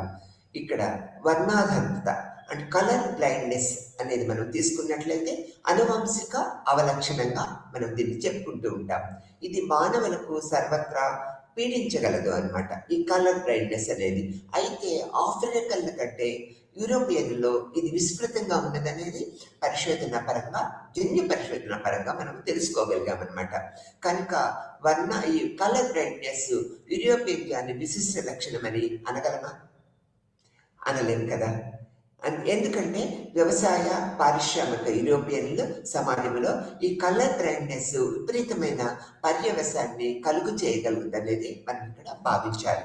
వేట ఆధారంగా జీవించే ఆఫ్రికన్ సమాజాలలో ఈ యొక్క కలర్ బ్లైండ్నెస్ ప్రమాదభరితం అవటము వల్ల ప్రాకృతిక వర్ణము అంటే నేచురల్ సెలెక్షన్ ద్వారా ఈ లోపమైన జన్యువు వారిలో నశించిపోయిందనేది మనం గుర్తించగలిగామన్నమాట. యూరోపియన్లలో వేట జీవనము ఆఫ్రికన్ల కంటే ముందుగానే ముగిసిన కారణంగా ఈ జన్యు కాలక్రమేణా అధికం కాబడిందనేది మనం ఇక్కడ గుర్తించుకోవాల్సిన విషయం అనమాట. అందుచేత ఈ లక్షణాన్ని యూరోపియన్ జాతి విలక్షణ లక్ష్యం అని మనము చెప్పలేమనేది మనం ఇక్కడ చెప్పుకోవచ్చు అనమాట. అదేవిధంగా ఏబిఓ రక్త వ్యవస్థలలోని రక్త రకము అన్ని ఖండాలలోనూ అన్ని జాతులలోనూ విస్తృతంగా విస్తరించబడి ఉన్నదనేది మనం గుర్తించగలిగాము. ఈ స్కాట్లాండ్, మధ్య ఆఫ్రికా, సైబీరియా, ఆస్ట్రేలియాలో ఈ రకము 70-80% ఉన్నదనేది మనం గుర్తించగలిగాము. అదేవిధంగా ఏ రక్త రకము కూడా విస్తృతంగా విస్తరించబడి ఉన్నదనేది మనం తెలుసుకోగలిగాం అనమాట. అంటే రక్తనాళాల్లో బ్లడ్ టైప్స్ జాతుల రకంగా అనువర్తించలేదు అనేది మనం ఇక్కడ గ్రహించవలసిన విషయం అన్నమాట. ఇదే విధంగా సికెల్ సెల్ అనీమియా మధ్య ఆఫ్రికాలో అధికంగా ఉన్నదనేది మనం గుర్తించగలిగాము. అయితే ఈ లక్షణము గ్రీకు, టర్కీ, యెమెన్, ఇండియా, బర్మాలలో కూడా కనపడింది అనమాట మనకి. అయితే ఈ జన్యులు హెటిరోజైగస్ రూపంలో మలేరియా ప్రాంతాలకు పరిమితం కాబడింది. హెటిరోజైగస్ రూపంలో సికెల్ సెల్ అనీమియా జన్యువు మలేరియాను గురి అయిన వ్యక్తులు చనిపోకుండా రక్షిస్తూ ఉన్నదనేది జన్యు పరిశోధనలో మనం గుర్తించాము. కనుక ఈ జన్యువు భౌగోళిక విస్తరణకు కారణంగా ప్రాకృతిక వర్ణము నేచురల్ సెలక్షన్ ఈ జాతి పాత్ర ఇందులో లేదనేది మనం గ్రహించవలసిన విషయంగా చెప్పుకుంటూ ఉన్నాం. పై ఇచ్చిన ఉదాహరణల వల్ల మనం తెలుసుకున్నది ఏమిటంటే కొన్ని జన్యు లక్షణాలు వాటి జన్యు సంచలనాలు అనే ప్రకారము మనకి ముందు జరుగుతూ అంటే ముందుకి పై ఏ ఒక్క జాతి పరిమితం కాకుండా అనేక జాతుల మధ్య అనేక భౌగోళిక ప్రాంతాలలో విస్తరించి ఉన్నదనేది మనం గ్రహించగలసిన విషయం. కొన్ని లక్షణాలు జాతి లక్షణాలలో అనువర్తించమనేది కూడా మనం ఇక్కడ గుర్తుపెట్టుకోవాల్సిన విషయంగా మనం చెప్పుకుంటూ ఉన్నాం అనమాట. అశాశ్వత జాతి లక్షణాలను మనం తీసుకున్నట్లయితే పురాతన జాతి శాస్త్రజ్ఞులు జాతి శాశ్వతమైనదని, అంతర్గతంగా సమగ్రత కలిగిన సమూహముగా భావించేవాళ్ళు అనమాట. అంటే పురాతనమైన జాతి శాస్త్రజ్ఞులు. ఈనాటి ముఖ్యమైన భౌగోళిక జాతులు ఎన్నో వందల వేల సంవత్సరాల నుంచి ఉన్నవేనని వారు వాదిస్తూ ఉన్నారనమాట. ఇక్కడ క్రూన్ ప్రకారము, అంటే క్రూన్ అనే జాతి శాస్త్రవేత్త ప్రకారము 5 లక్షల సంవత్సరాల క్రితము మానవులు హోమో ఎరెక్టకస్ స్పేసియస్ కు చెందిన వారుగాను ఉండి 5 భౌగోళిక జాతులుగా లేక ఉప స్పేషియస్ గా విధించబడినారనేది ఇతను కూన్ అనే జన్యు శాస్త్రవేత్త మనకు చెప్పారనమాట. ఈ జాతులే ఈనాటికి మార్పు నొందక ఉన్నాయనేది కూడా ఆయన నొక్కి చెప్పారు. అయితే ఈ వాదన ఎంతో కాలము నిలవలేదనమాట. అంటే ముందు ఆ తర్వాత వచ్చిన శాస్త్రజ్ఞులు అందరూ కూడా దీన్ని ఖండించారనేది మనం చెప్పక తప్పదు. శారీరక లక్షణాలు శాశ్వతమైనవని, మార్పు చెందవని కావన్నమాట. అవి నిరంతరము మార్పు చెందుతూ ఉంటాయన్నమాట. కొన్ని శారీరక లక్షణాలు మానవ జీవిత కాలంలో అమూలాగ్యముగా మార్పుకు గురి కావచ్చు. అంటే తప్పనిసరిగా మార్పుకు గురి కావచ్చు అనేది మనము గ్రహించవలసిన విషయము. ఆస్ట్రేలియా ఆదిమ జాతి పిల్లలను ఎరుపు జీరగల జుట్టు ఉంటుంది అనమాట. వారు పెద్దవయ్యారు అయ్యేసరికి అది చిక్కని గోధుమ రంగు జుట్టుగా మారుతూ ఉంటుంది. ఇది ఒక ప్రత్యేకమైన జాతి లక్షణంగా మనం చెప్పుకోవడానికి వీలవుతూ ఉంటుంది. తర్వాత పరిసర ప్రభావాలు ఎలా జాతి లక్షణాలని ప్రభావితం చేస్తాయో కూడా మనం గుర్తుంచుకోవాల్సిన విషయం. కొన్ని శారీరక లక్షణాలు పరిసరాల ప్రభావం పరంగా నిర్ధారించబడుతూ ఉంటాయన్నమాట. ఉదాహరణకు తీసుకున్నట్లయితే దట్టమైన అడవులలో నివసించే నీగ్రిటోలు పొట్టిగా, అరణ్యము వెలుపల నివసించే నీగ్రిటోలు పొడవుగా ఉంటూ ఉంటారన్నమాట. కనుక జాతుల్లో బహిర్గతమైతే కొన్ని లక్షణాలు ఆయా జాతుల విలక్షణమైనవి కావుగా మనం ఇక్కడ గుర్తుంచుకోవాల్సిన విషయం. ఇక్కడ ఇంకొక విషయానికి మనం వచ్చినట్లయితే ప్రమాణ అసమానతలు ఈ జాతి లక్షణాలలో ఏ విధంగా ఉన్నాయనేది కూడా మనం గుర్తుంచుకోవాల్సిన విషయం. జాతులు వర్గీకరించడానికి ప్రమాణపూర్వకమైన లక్షణాలు ఎప్పుడూ లేవన్నమాట. లక్షణాలు విడివిడిగాను ప్రత్యేకంగాను ప్రమాణీకరించడానికి వీలు పడదనేది మనం గ్రహించవలసిన విషయం. మానవులలో అనేక జైవిక శారీరక లక్షణాలు అనేక విధాలుగా సంయోజన చెంది ఉంటూ ఉంటాయి. సాధారణంగా ఒక జాతికి వర్గీకరించడానికి కొన్ని మూల లక్షణాలను ప్రమాణంగా తీసుకుంటే ఉపజాతి వర్గీకరణకు భిన్న లక్షణాలను ప్రమాణముగా తీసుకోబడతాయి. ఇది ఒక ప్రత్యేకమైన పాత్రగా మనం ఇక్కడ గుర్తించవలసిన విషయం. ఈ యొక్క పైన గ్రహించిన సమస్యల కారణంగా జాతులను గుర్తించటము, వర్గీకరించటము అశాస్త్రీయమని అనేక మానవ శాస్త్రజ్ఞులు మనకి అనేక పరిశోధనల పద్ధతుల్లో చెప్పారనేది మనం గ్రహించవలసిన విషయం. తర్వాత మానవ జాతులు ప్రధాన విభాగం మేజర్ రేసికల్ టైప్స్ అనేవి ఏ విధంగా ఉంటాయి అనేది మనం గుర్తుంచుకోవాలి. దీన్ని మనం తెలుగులో ఏమంటున్నాము? Major రేసికల్ types. మానవ జాతుల ప్రధాన విభాగాలు ఏ విధంగా ఉంటాయి అనేది మనం ఇక్కడ చెప్పుకుంటూ ఉంటాం. మానవ జాతులను ప్రధానంగా 3 విభాగాలుగా వర్గీకరిస్తూ ఉంటాం అన్నమాట. కాక్సాయిడ్ ఒకటి, మంగోలాయిడ్ ఇంకొకటి, నీగ్రాయిడ్ ఒకటి, జాన్ ఫెడరిక్ బ్లూమన్ బ్యాక్ ఒకటిగా మానవుల 5 ప్రధాన జాతులుగా వర్గీకరించబడ్డారనేది మనం తెలుసుకోవాల్సిన విషయం. ఈ 5 ప్రధాన జాతులు ఏ విధంగా వర్గీకరించబడ్డారో మనం ఇప్పుడు తెలుసుకుంటాం అన్నమాట. మొదటి తీసుకున్నట్లయితే ఒకటి, తెలుపు మేలుఛాయ కలిగిన కాకేసియన్లు. తెలుపు మేలుఛాయ కలిగిన కాకేసియన్లు. రెండోది తీసుకున్నట్లయితే పసుపు పచ్చని మేలుఛాయ కలిగిన మంగోలియన్లు. మూడోది తీసుకున్నట్లయితే నల్లని మేలుఛాయ కలిగిన ఇథియోపియన్లు. తర్వాత 5 తీసుకున్నట్లయితే ఎర్రని మేలుఛాయ కలిగిన అమెరికన్లు. ఆరోది తీసుకున్నట్లయితే 5 తీసుకున్నట్లయితే గోధుమ మేలుఛాయ కలిగిన మలియన్లు. అంటే ఈ 5 రకాలుగా మానవ జాతుల్ని మనం విభజించాము. ఈ 5 రకాల మానవ జాతుల్ని మనము మేజర్ రేసికల్ టైప్స్ అంటూ ఉంటాం. మానవ జాతుల ప్రధాన విభాగాలుగా చెప్తూ ఉంటాం. మరి ఒకసారి చెప్పుకుందామా ఈ 5 జాతుల గురించి. మొదటి జాతి తెలుగు మేలుఛాయ కలిగిన కాకేసియన్లు. రెండోది పసుపు పచ్చని మేలుఛాయ కలిగిన మంగోలియన్లు. మూడోది నల్లని మేలుఛాయ కలిగిన ఇథియోపియన్లు. నాలుగోది ఎర్రని మేలుఛాయ కలిగిన అమెరికన్లు అనేది. 5వది గోధుమ మేలుఛాయ కలిగిన మలియనియన్లు. ఈ అన్ని కూడా మానవ జాతుల ప్రధాన విభాగాలుగా ఏర్పరిచాము. ఈ 5 జాతులే ప్రపంచవ్యాప్తంగా ఒక ప్రముఖ పాత్ర, ఒక ప్రముఖ జాతులుగా మనము విభజించి వర్గీకరించామనేది చెప్పుకోక తప్పదన్నమాట. తర్వాత భౌగోళిక పరంగా జాతుల విభజన జరిగిందనేది మనకు తెలిసిన విషయమే. ఈ రకమైన విభజన చాలా ప్రాచుర్యం కలిగి ఉన్నదనేది కూడా మనం గుర్తుంచుకోవాల్సిన విషయం. ఇందులో ముఖ్యంగా 3 వర్గాలు కలవు. ఐరోపా ఖండవాసులు, 2 ఆసియా ఖండవాసులు, మధ్య ఆసియా ఆఫ్రికా వాసులుగా చెప్పుకున్నాం. ఇక్కడ 3 వర్గాలుగా మనం గుర్తించుకున్నాం. మొదటిది ఏంటి? ఐరోపా ఖండవాసులు, రెండవది ఆసియా ఖండవాసులు, మూడవది మధ్య ఆఫ్రికా వాసులుగా చెప్పుకుంటూ ఉన్నాం. ఇక్కడ జాతుల వర్గీకరణ, ఇక్కడ రేషియల్ క్లాసిఫికేషన్ అత్యంత ప్రాచుర్యం కలిగిన పథకాలలో ఒకటిగా మనం గుర్తుపెట్టుకోవాల్సిన విషయంగా మనం ఇక్కడ చెప్తూ ఉన్నాం అన్నమాట. ఎలా అన్నట్లయితే ఈ యొక్క జాతుల వర్గీకరణ వివరణాత్మకంగా చేసి అంటే చూపించినారనమాట. ఇందులో 3 ప్రాథమిక జాతులు, ప్రిమిటివ్ రేసెస్, 28 ప్రాథమిక ఉపజాతులు కూడా ఉన్నాయనేది మనం చెప్పుకోవాలి. ఇక్కడ జాతి అంటే ఇప్పటి వరకు మనం జాతి గురించి ఏ విధంగా డివిజన్ చేశారు, ఏ విధంగా మనము రేషియల్ టైప్స్ అనేది చెప్పుకున్నాం. ఇప్పుడు మనము జాతి తత్వం, రేసిజం అంటే జాతి తత్వాన్ని మనం రేసిజం అంటూ ఉంటాం ఇంగ్లీష్లో. ఇది ఏ విధంగా ఉంటుందో కూడా మనం ఇప్పుడు తెలుసుకుందాం అన్నమాట. ఇక్కడ జాతి తత్వము ఒక డాంబకమైన ప్రాకృతిక సిద్ధాంతంగా మనం చెప్పుకోవాలి. ఎలా? ఒక జాతి తత్వం ఒక డాంబికమైన ప్రాకృతిక సిద్ధాంతంగా మనము చెప్పుకుంటూ ఉంటాం అన్నమాట. ఇది ఒక ఉద్రేకభరితమైన విశ్వాసం గలదిగా చెప్పుకుంటూ ఉంటాం. దీని ప్రకారము కొన్ని జాతులు అధీకృత ఉన్నత శ్రేణి, ప్రకృతి పరంగా ఆపాదించబడిన సంక్రమించిన వారసత్వంగా పరిగణించబడుతూ ఉంటుందనేది మనం గుర్తించుకోవాల్సిన విషయం.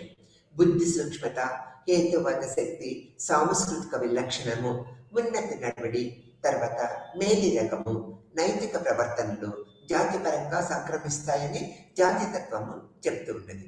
జాతితత్వం ఏం చెప్తూ ఉన్నది? ఇక్కడ చూడండి, బుద్ధి సూక్ష్మత, హేతువాద శక్తి, సాంస్కృతిక విలక్షణము, తర్వాత ఉన్నతమైన నడవడి, మేలి రకపు నైతిక ప్రవర్తనలు జాతిపరంగా సంక్రమిస్తాయని జాతితత్వము మనకి చెప్తూ ఉన్నది. ఇది ఒక పరిశోధనా పరంగా మనం తెలుసుకున్నాం అనేది గ్రహించవలసిన విషయం. తర్వాత ఈ జాతి అహంకారము, జాతి వివక్షణ, జాతుల మధ్య సంఘర్షణలు జాతి తత్వానికి ఉన్న హంగులుగా కూడా మనము గుర్తుంచుకోవాల్సిన విషయం. జాతితత్వ సిద్ధాంత బలముతో కొన్ని జాతులను క్రమబద్ధంగా వివక్షణతో వర్గీకరించి వెలివేయటము, అణగదొక్కటము జరుగుతూ ఉంటది. దక్షిణ ఆఫ్రికాలో ఇది ఇటీవల వరకు సాధించిన ఆ జాతి వెలివేత విధానానికి ఒక ఉదాహరణగా కూడా మనము చెప్పుకుంటూ ఉంటాం అన్నమాట. ఇంకా మనం ఈ జాతీయత్వాన్ని గురించి తెలుసుకోవాలంటే 19వ శతాబ్దంలో అనేక విద్యావంతులైన పాశ్చాత్యులు శాస్త్రీయ జాతితత్వం, సైంటిఫిక్ రేసిజం సిద్ధాంతాన్ని ఆమోదించారన్నమాట. ఆసియా వాసులు, ఆఫ్రికా వాసులు, అమెరికన్ ఇండియన్లు పారిశ్రామిక నాగరికతను చైతన్యరహితంగా అసంపూర్ణంగా సిద్ధించుకుంటారని వీరు నమ్ముతూ ఉంటారన్నమాట. పాశ్చాత్యులు ఉన్న అనువంశిక సామర్థ్యము నిమ్న జాతుల ప్రజలకు లేవు అని వీళ్ళు అంటూ ఉంటారన్నమాట. సుప్రసిద్ధ శాస్త్రజ్ఞుడైన థామస్ హెచ్ హగ్బెల్ క్రింది విధంగా శాస్త్రీయ జాతితత్వాన్ని సమర్థించారనేది మనం గుర్తుంచుకోవాల్సిన విషయం. యథార్థము తెలిసిన ఏ వివేకవంతుడు కూడా సగటు నల్ల జాతీయులను శ్వేత జాతీయుల కంటే ఉన్నతులు కాదు కదా, సరి సమానులైన తులనాడగలడని విశ్వసించడు అనేది మనం ఇక్కడ గుర్తించుకోవాల్సిన విషయం. ఇది యథార్థమైనప్పుడు ప్రతిబంధకాలను తొలగించి న్యాయమైన, ఆశ్రిత, పక్షరహిత, నిరంకుశత్వరహిత రంగాన్ని సిద్ధం చేసిన ఎడల పొడుచుకు వచ్చిన దవడలు కలిగిన మన బంధువులు, మేధో సంపన్నులు, పొందికైన దవడలు కల ప్రత్యర్థులతో మోసభరితంగా కానీ ఆలోచన భరిత పోటీలలో విజయవంతముగా పోటీ చేయగలన్న విశ్వాసము కేవలము నమ్మసత్యం కాదు కదా అనే దృక్పథాన్ని మనం ఇక్కడ గుర్తుంచుకోవాల్సిన విషయం. 20వ శతాబ్దం నాటికి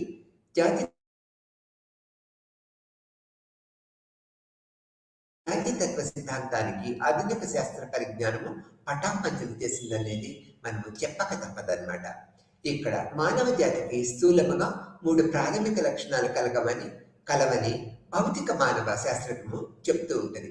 అవి ఏంటంటే నిరంతర మార్పుడు లోనయ్యే బాహ్యకృత లక్షణాలు. మొదటిదేంటి? నిరంతరము మార్పుకు లోనయ్యే బాహ్య ఆకృతి లక్షణాలుగా చెప్పుకుంటూ ఉంటాం. రెండవది ఉపజాతులు లేక తెగల సమూహము అనేది మనం చెప్పుకుంటూ ఉంటాం. మూడో దానికి వచ్చినట్లయితే సమూహాలు కూడిన జన్యు విశేషాలు అనేది 3 చెప్తూ ఉంటాం. ఈ కారణాలు అనేక రకాల మానవ సమూహాల పరిణామం క్రమంలో పరిసర ప్రభావాల నేపథ్యంలో జనించడం జరిగిందే తప్ప ఆ జాతుల యొక్క కొన్ని లక్షణాల ఆధారముగా ఉన్నతమైన జాతులు అల్పజాతులుగా విభజించి శాస్త్రీయంగా కానీ నైతికంగా కానీ తప్పు అనేది మనం ఒక పరిశోధన పద్ధతుల్లో తెలుసుకుంటూ ఉన్నాం అనేది ఇక్కడ గ్రహించవలసిన విషయం. ఇది జాతితత్వం యొక్క భావాలుగా మనం గుర్తించుకోవాల్సిన విషయం అన్నమాట. అంతేకాకుండా జన్యు విశేషాల ప్రకారము 94% భౌతిక లక్షణాలు జన్యు వైవిధ్యము జాతుల మధ్య కాక ఒక్కొక్క జాతి లోపలే ఉన్నట్టు నిర్ధారణ అయిందనమాట. పరిశోధన పద్ధతుల్లో నిర్ధారణ అయిందిగా మనం చెప్పుకుంటూ ఉన్నాం అన్నమాట. భౌగోళిక సమీపంలో ఉన్న జాతుల మధ్య జన్యువుల అతివ్యాప్తి కలిగి ఉండటం కూడా కనిపెట్టబడింది అనమాట. ఈ విధంగా భిన్నత్వం కలిగిన వివిధ జాతుల మధ్య కంటే ఒక్కొక్క జాతి అంతర్గతంగానే అధికమని నిరూపించగలిగింది అనేది మనం ఇక్కడ తెలుసుకోవాల్సిన విషయంగా చెప్పుకుంటూ ఉంటాం. అంతేగాక జాతి తత్వము పూర్తిగా నశించిపోలేదు. నవీన శాస్త్రీయ జాతి తత్వము వాటిలో ఇంకనూ జాతుల మధ్య జైవిక వైరుధ్యము కలదని విశ్వసిస్తూ ఉంటారన్నమాట. వారి వాదన ఏమిటంటే అన్ని జాతులలోనూ చాలా వరకు జన్యుపరంగా నిర్దేశించబడిన సామర్థ్యాలు సాధారణంగా విస్తరించబడి ఉంటాయనేది వారి భావనగా మనము గ్రహించవలసిన విషయం. అయితే కొన్ని జాతుల్లో ఈ సాధారణ విస్తరణకు విభేదము ఎక్కువ ఉంటుందని నవీన శాస్త్రజ్ఞులు జాతితత్వవాదులు ప్రకటించారనేది కూడా మనము ఇక్కడ పరిగణలోకి తీసుకోవాలన్నమాట. నల్ల జాతీయులు ఆర్థికంగా శ్వేత జాతీయుల స్థాయికి ఎదగలేకపోవటానికి జన్యుపర కారణాలే ఉన్నాయా? వీళ్ళు పరిశోధన ఆరంభించారు. అంటే నల్ల జాతీయులు శ్వేత జాతీయుల యొక్క అభివృద్ధికి ధీటుగా వీరు ఎందుకని పోటీ చేయలేకపోతున్నారు అనేది అనేక పరిశోధనలు ప్రస్తుతం కూడా జరుగుతూ ఉంటాయనేది మనం గుర్తించుకోవాల్సిన విషయం. అదేవిధంగా నల్ల జాతీయులు విద్యారంగంలో వెనుకబడి ఉండటానికి, వీరి పిల్లలు చదవటము, గణితము, తర్కము లాంటి రంగాల్లో వెనుకబడి ఉండటానికి వారి యొక్క జన్యు వైఫల్యత అనేది ఏదైనా దోహదం చేస్తున్నదా అనేది కూడా అనేక పరిశోధనలు జరుగుతూ ఉన్నాయనేది మనం ప్రస్తుత పరిస్థితుల్లో కూడా తెలుసుకోవాల్సిన విషయం. ఇక్కడ ఈ జన్యు శాస్త్రజ్ఞుడు పియర్సన్ అన్న ప్రఖ్యాత జైవిక గణాంక శాస్త్రజ్ఞుల ప్రకారము మానవుని మెదడు జన్మగత సిద్ధించిన ఫలితము జాతి వంశ కారణాలు మాత్రమే దాన్ని నిర్దేశిస్తాయి అనేది గుర్తించుకోవాల్సిన విషయం అని చెప్పారు. ఈ పియర్సన్ అనే జన్యు శాస్త్రజ్ఞుడు వైద్యపరంగా అధ్యాపకుని బోధనల ద్వారా తల్లిదండ్రులు లేక కుటుంబ పరిసరాల ప్రభావం గాను మానవుడి మెదడును మార్పు చేయటము కుదరదు అనే దృక్పథాన్ని ఇక్కడ పరిశోధన పరంగా ఏర్పరచుకున్నారు. బుద్ధి సూక్ష్మత నల్ల జాతీయుల్లో తక్కువ అని శాస్త్రీయ పరంగా నిరూపించడం కూడా ప్రయత్నం జరిగిందనేది మనం గుర్తించుకోవాల్సిన విషయం. మొదటి పరిశోధనలో జాతికి బుద్ధి సూక్ష్మత సంబంధం ఉందని తేలింది. అయితే మరికొన్ని అంశాలను పరిగణలోకి తీసుకొని పర్యవేక్షించినప్పుడు పై సూచన వీగిపోయిందనేది కూడా మనం గుర్తించుకోవాల్సిన విషయం. వాతావరణ పరిస్థితుల ప్రభావము ముఖ్యమైన అంశంగా బయటపడింది అనేది కూడా ఈ జన్యుపరమైన పరిశోధనలో మనం గుర్తించుకోవాల్సిన విషయం. ఈ విధంగా జాతితత్వ సిద్ధాంతము మరుగున పడిపోయిందనేది కూడా మనము గుర్తించుకోవాల్సిన విషయము, గ్రహించవలసిన విషయంగా మనం ఇక్కడ చెప్పుకుంటూ ఉంటాం అన్నమాట.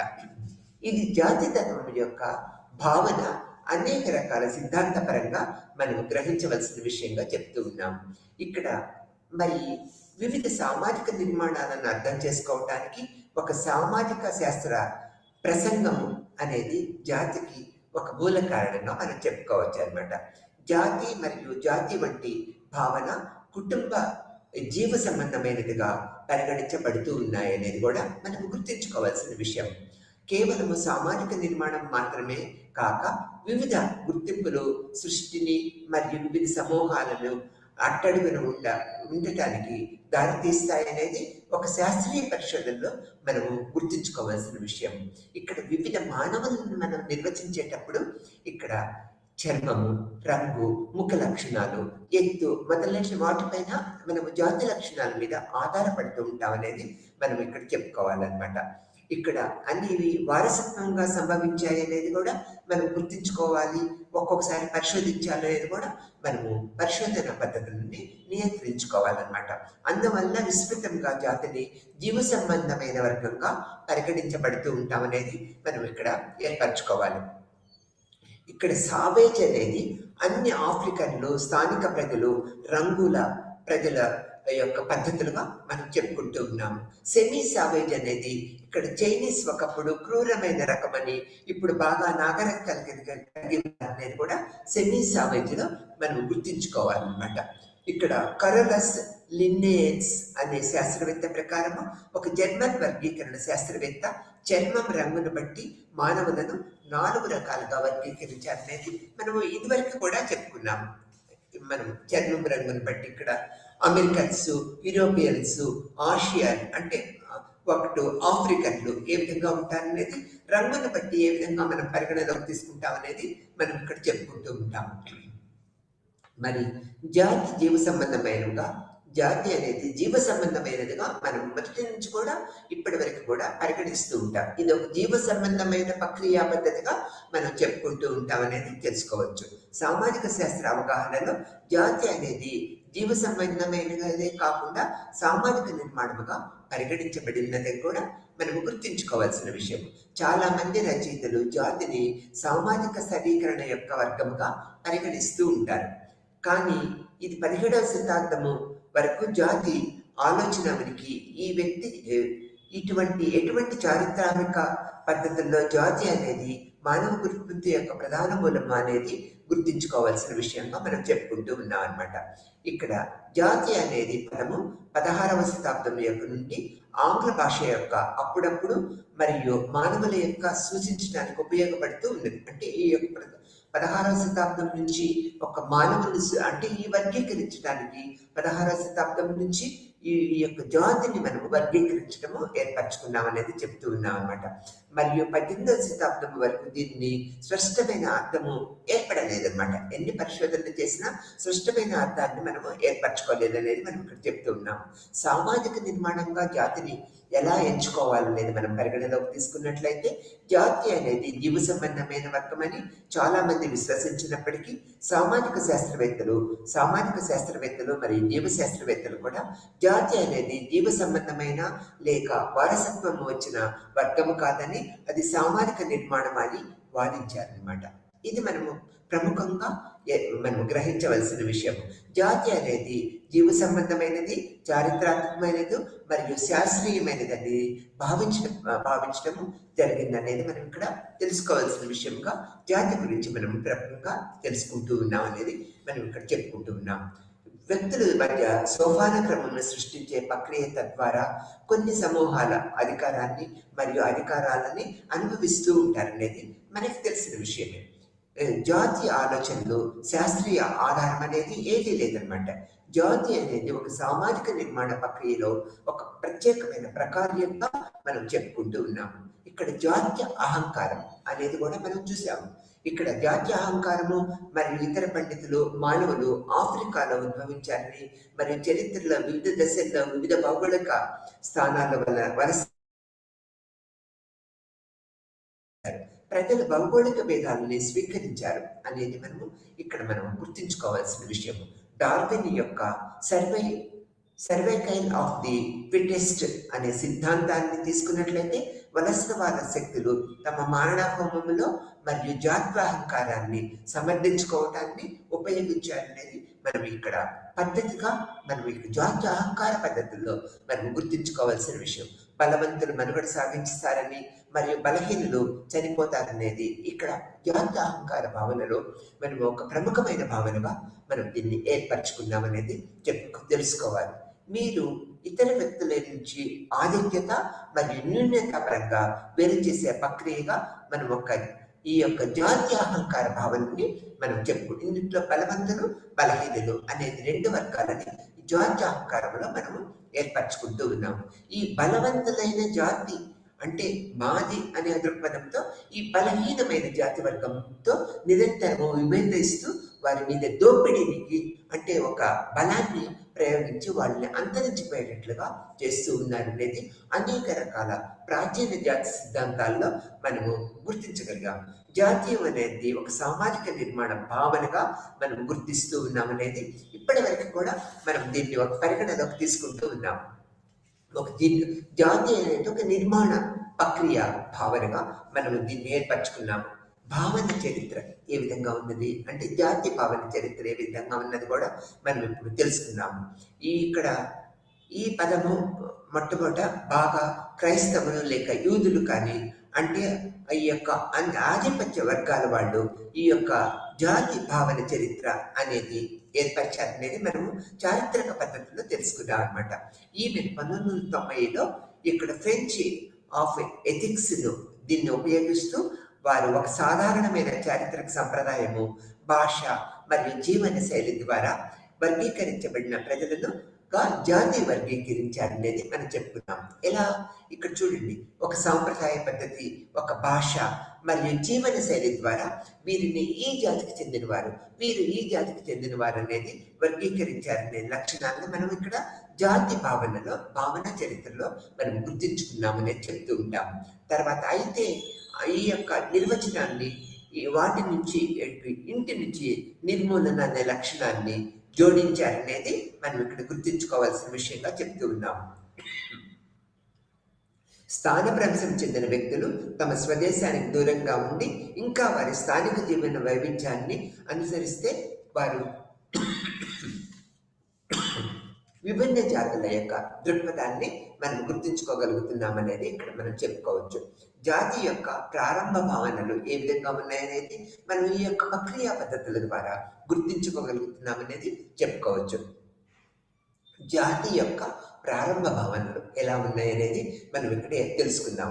సాహిత్యాన్ని పరిశీలిస్తే జాతి జీవన, సాంస్కృతిక మరియు మానసిక సంబంధమైన 3 ప్రసిద్ధ భావనలను వెల్లడి అవుతాయనేది మనం ఇక్కడ తెలుసుకున్నాం. జాతి యొక్క ప్రారంభ భావనలు ఎలా ఉన్నాయి? జాతి యొక్క జీవన, సాంస్కృతిక మరియు మానసిక సంబంధమైన భావనలను ఏర్పరచుకుని ఉన్నాయనేది మనం ఇక్కడ ఏర్పరచుకున్నాము. ఈ విధానము జాతి యొక్క సాంస్కృతిక అంశము పూర్తిగా విస్మరించబడిందని, జాతి యొక్క 2వ భావన కొత్త ఆలోచనలు కలిగి ఉండి ఇది జాతి నుంచి జాతిని వేరు చేసింది అనేది కూడా మనం ఇక్కడ ఈ దృక్పథం వల్ల గుర్తించుకోగలుగుతాము. ఈ జాతి ఒక సాంస్కృతిక దృగ్విషయంగా పరిగణించబడింది అనేది 1978లో బర్గెస్ అనే ఒక జీవశాస్త్రజ్ఞుడు మనకి తెలియపరిచారు. ఇక్కడ జాతి యొక్క 3వ భావన సాధారణ గుర్తింపు యొక్క సృహపరంగా దాన్ని నిర్వచించవచ్చు అనేది మనం తెలుసుకున్నాం. ఎలా అంటే సాధారణ సంతతి మరియు సాంస్కృతిక విశిష్టత 2 వ్యక్తిగతంగా మరియు కలిసి జాతిని ఏర్పడటానికి సరిపోవు అనేది ఇక్కడ మనం గుర్తించుకోవాల్సిన విషయం. జాతి సమూహాలు ఏ విధంగా ఉన్నాయో కూడా మనం తెలుసుకుంటూ ఉంటాము. ఇక్కడ బ్రాస్ అనే ఒక జీవ సంబంధమైన శాస్త్రవేత్త 1991లో జాతి సమూహాలను నిర్వచించి 3 మార్గాలని చర్చించారు. అవి ఏంటో ఇప్పుడు తెలుసుకుందాము. మొదటిది ఆబ్జెక్టివ్ లక్షణాల పరంగా, రెండవది ఆత్మాశ్రయ భావాల పరంగా సూచించడం ద్వారా, మరియు 3 ప్రవర్తనకు సంబంధించిన ఒక సమూహాన్ని ఇతర భాషా, భూభాగము, మతము, దుస్తులు మొదలైన వాటి నుంచి వేరు చేసే కొన్ని విశిష్ట లక్షణాల పరంగా, సాంస్కృతిక లక్షణాల పరంగా జాతి సమూహాలను మనం గుర్తించగలుగుతున్నామనే దృక్పథాన్ని ఇక్కడ మనకి తెలియపరిచారనేది మనం ఇక్కడ గుర్తించుకోవాల్సిన విషయం. జాతి అనేది ఒక ఆత్మాశ్రయ నిర్మాణముగా మనము ఏర్పరచుకోవాలన్నమాట. ఒక విధంగా ఒక జాతి సమూహము అనేది సమూహములోని ఇతర భాషలు, భాష, మతము, జాతి, పూర్వీకుల ఇల్లు, సంస్కృతి మొదలైన భావాల మీద ఆధారపడి ఆ జాతిని మనము ఒక ప్రత్యేకమైన గుర్తింపు ద్వారా ఒక ప్రత్యేకమైన హోదాని ఏర్పరచుకొలుతూ ఉంటాము. ఇక్కడ జాతి యొక్క లక్షణాలు మనం చెప్పుకున్నాం. ఇక్కడ జాతి యొక్క ప్రధాన అంశాలను మనం తీసుకున్నట్లయితే ఇక్కడ మొదటిది ఆబ్జెక్టివ్ బాహ్య గుర్తులుగా మనం చెప్పుకోవాలి. రెండవది మనం తీసుకున్నట్లయితే ఈ యొక్క జన్యు మరియు సాంస్కృతిక సారూప్యతను మనం పరిగణలోకి తీసుకోవాలి. ఇవి ఈ యొక్క సామాజిక అస్తిత్వాన్ని ఇవి ఇచ్చికంగా చూడటము వలన మరియు ముఖ్యమైనదిగా మనం పరిగణలోకి తీసుకోవాలనే దృక్పథాన్ని ఏర్పరచుకున్నాము. ఇక్కడ జాతి యొక్క ప్రధాన అంశాల్లో సమూహాల మధ్య సంపర్కము ఎల్లప్పుడూ జాతీయ అవగాహనకు దారితీయదు అనేది మనం ఇక్కడ గుర్తుంచుకోవాల్సిన విషయము.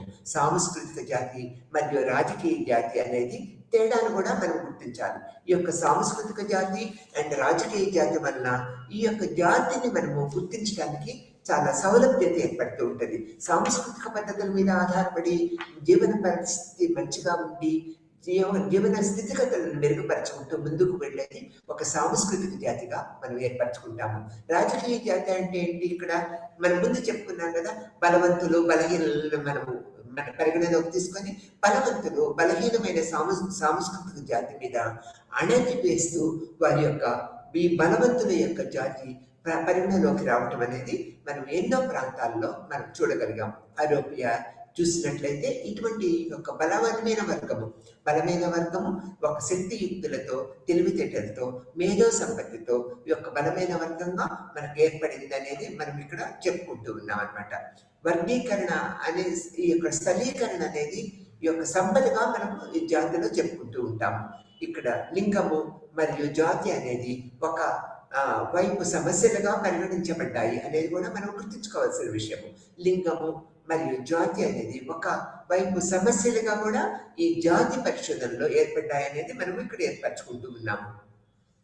జాతీయవాదం అనేది కూడా ప్రస్తుత పరిస్థితుల్లో అతి ప్రాముఖ్యత ఏర్పరచుకున్నది అనేది చెప్పుకోవచ్చు.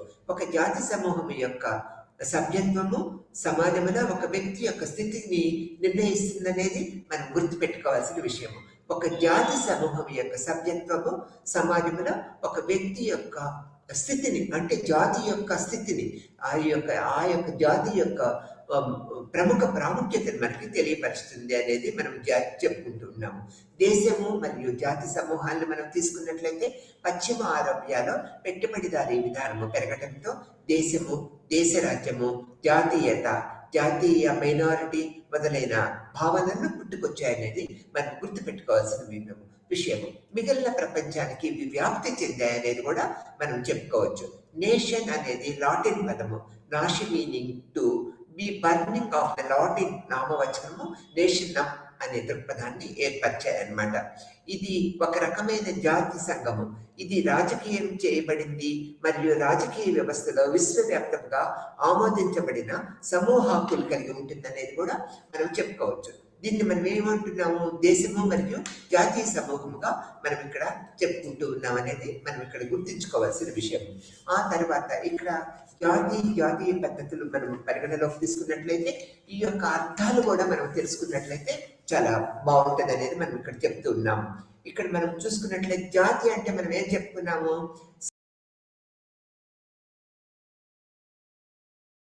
భాగస్వామ్యము లేదా జాతి భాష లేదా సాంస్కృతిక గుర్తింపును కలిగినదిగా చెప్పుకున్నాం. జాతి అంటే ఏం చెప్పుకుంటున్నాము? మనం మొదటి నుంచి ఇక్కడ సామాజిక సమూహం యొక్క భాగస్వామ్యము, జాతి, భాష లేదా సాంస్కృతిక గుర్తింపు అని చెప్పుకుంటున్నాము. సాధారణ జాతి అనేటప్పటికీ మనం ఏం చెప్పుకుంటున్నాము? ఆబ్జెక్టివ్ సాంస్కృతిక లక్షణాల సమితిపై ఆధారపడిన గుర్తింపుగా మనం చెప్పుకుంటున్నాం అనమాట. ఇక్కడ జాతీయవాదం అనేటప్పుడు మనం ఏం చెప్పుకుంటున్నాము? రాజకీయ మరియు పరిపాలన, స్వయం ప్రతిపత్తి, జాతీయ హోదా లేదా వారి స్వంత దేశం డిమాండ్ చేసే జాతీయ సమూహాల దృగ్విషయంగా జాతీయవాదాన్ని చెప్పుకుంటున్నాము. ఇక్కడ సాంస్కృతిక జాతి అనేది మనం ఎలా చెప్పుకుంటున్నాము? ఉమ్మడి సాంస్కృతిక విలువలు మరియు అభ్యాసపరంగా జాతిని నివసించే మానవ శాస్త్ర మార్గంగా మనం సాంస్కృతిక జాతిని చెప్పుకుంటున్నాము. ఇక్కడ ఇక్కడ పద్ధతులు అనేది సాంస్కృతిక గుర్తింపు అనేది ఎలా చెప్తున్నాము? భాష బట్టి ఆబ్జెక్టివ్ సాంస్కృతిక లక్షణాలు మతము, దుస్తులు మొదలైన తేడాలు సమూహము మధ్య నొక్కి చెప్పబడిందని మరియు దూరముగా ఈ యొక్క ఊహలుగా మనం చెప్తూ ఉన్నాము. మనకి అక్కడ ఎమర్జెంట్ జాతి అనే దాన్ని మనం ఎలా చెప్పుకుంటున్నామంటే సాంస్కృతిక జాతి గుర్తింపును రాజకీయం మరియు రాజ్యము కోసము ఉపయోగించబడింది అనేది చెప్తూ ఉన్నాము. ఇక్కడ జాతి స్పృహ అనేది ఒక ప్రత్యేకమైన భాషగా మనం చెప్తూ ఉన్నాము. సమాజం యొక్క సభ్యుల యొక్క ఆత్రాశ్రయ అవగాహన, వారు ఇతరుల నుంచి భిన్నమైన సామూహిక పద్ధతులు కలిగిన వారుగా మనం చెప్తూ ఉన్నాము.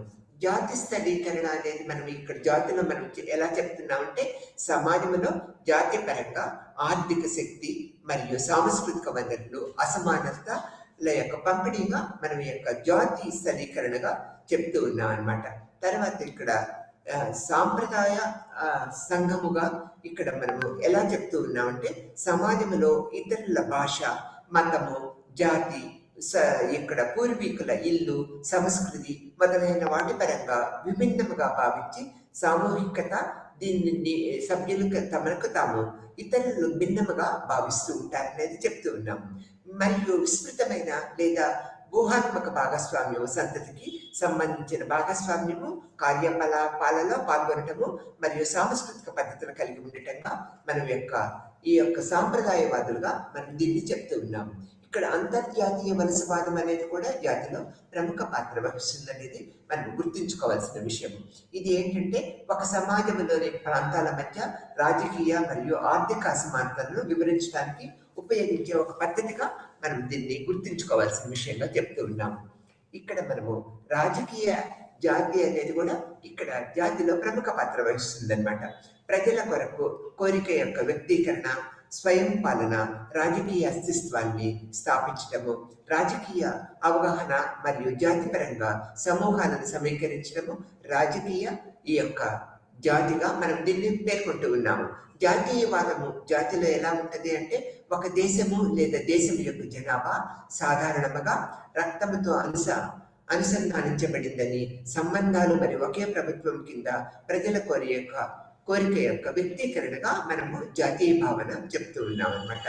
తర్వాత ఇక్కడ మనం ఏంటంటే దేశము అంటే మనం జాతిలో ఎలా చెప్తూ ఉన్నాము, ఎలా నిర్వహిస్తూ ఉన్నాము, సమాజంలోని మైనారిటీ సమూహము అణగారిన స్థితి మరియు దోపిడీకి అంటే ఆ సమూహం యొక్క ప్రజలని మనం జాతీయ పద్ధతుల్లో మనము స్థిరీకరిస్తూ ఉన్నాం అనేది మనం చెప్తూ ఉన్నాం అనమాట.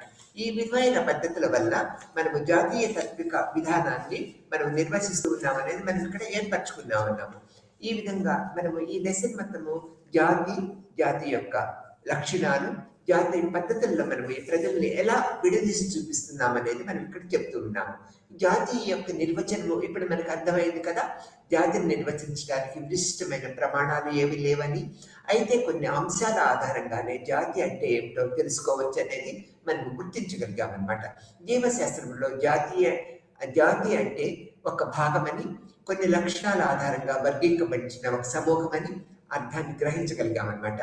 ఈ యొక్క రేషియాలజీ అంటే జాతి శాస్త్రాన్ని మనము ఇక్కడ మనం ఎలా గుర్తించగలిగాము, సహజమైన హేతుబద్ధమైన జాతులుగా వర్గీకరించవచ్చు అని ప్రజలని అనే అభిప్రాయం వ్యక్తం చేసేది. అంటే సహజమైన హేతుబద్ధమైన జాతులుగా మనము విడదీసి చూసే ప్రక్రియనే ఈ యొక్క జాతి శాస్త్రం అని రేషియాలజీ అనేది మనము గుర్తించుకోగలిగాము.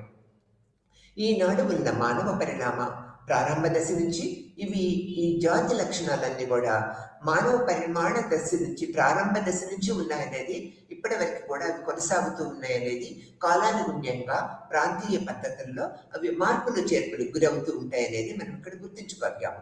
జనాభా అనేది సర్వసాధారణంగా అనువక్క లక్షణాలు కలిగి ఒక భౌగోళిక ప్రాంతంలో నివాసం ఉంటూ ఇతర సమూహాలతో విశిష్ట వైవిధ్యాన్ని కలపరిచే మానవ సమూహాలను జాతి అంటూ ఉన్నాం అనేది మనం చెప్పుకుంటూ ఉన్నాము.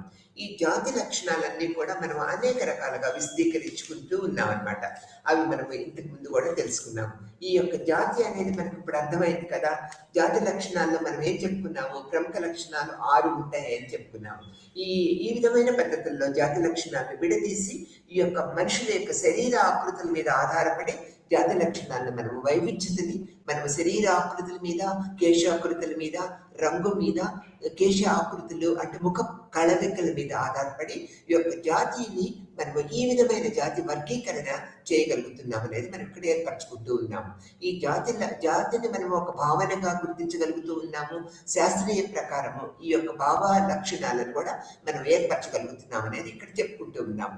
ఇవన్నీ కూడా శరీరము, రంగు, వెంట్రుకలు, కేశాకృతి, మరి యొక్క ముఖము, ముఖ పరిమాణాలు, ముక్కు, పెదవులు, ముఖాకృతి, ఈ యొక్క శరీరాకృతి మీద ఆధారపడి జాతిని మనం గుర్తించగలుగుతాం అనేది ఈ విధంగా చెప్తున్నాం.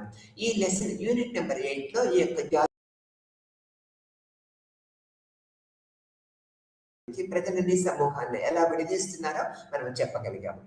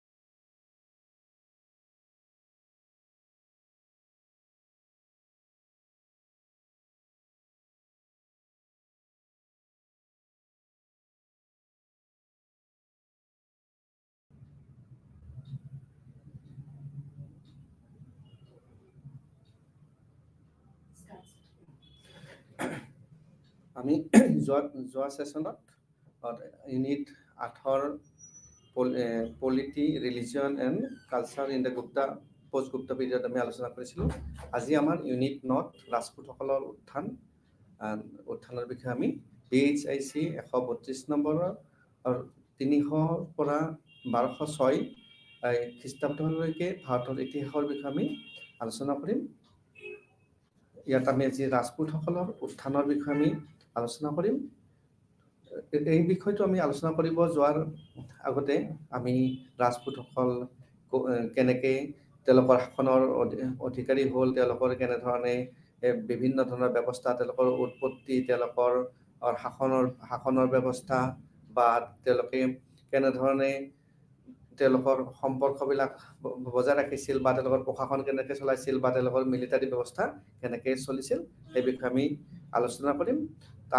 তাৰ আগতে আমি ইয়াত এই পাঠটো পঢ়িব যোৱাৰ আগতে ইয়াৰ কিছুমান উদ্দেশ্য আছে আৰু এই উদ্দেশ্যৰ বিষয়ে আমি পঢ়িম। আৰু এই উদ্দেশ্যবিলাক পঢ়াৰ পিছত আমি যেতিয়া পাঠটো পঢ়িম, এই উদ্দেশ্যবিলাকৰ বিষয়ে আমি সুন্দৰভাৱে জানিব পাৰিম। আমাৰ যিবিলাক উদ্দেশ্য আগত ৰাখিছোঁ সেই বিষয়ে আমি বিতংভাৱে ইয়াৰ ভিতৰৰ পাঠখিনিত আমি পাব পাৰিম আৰু সেই বিষয়ে আমি জানিব পাৰিম।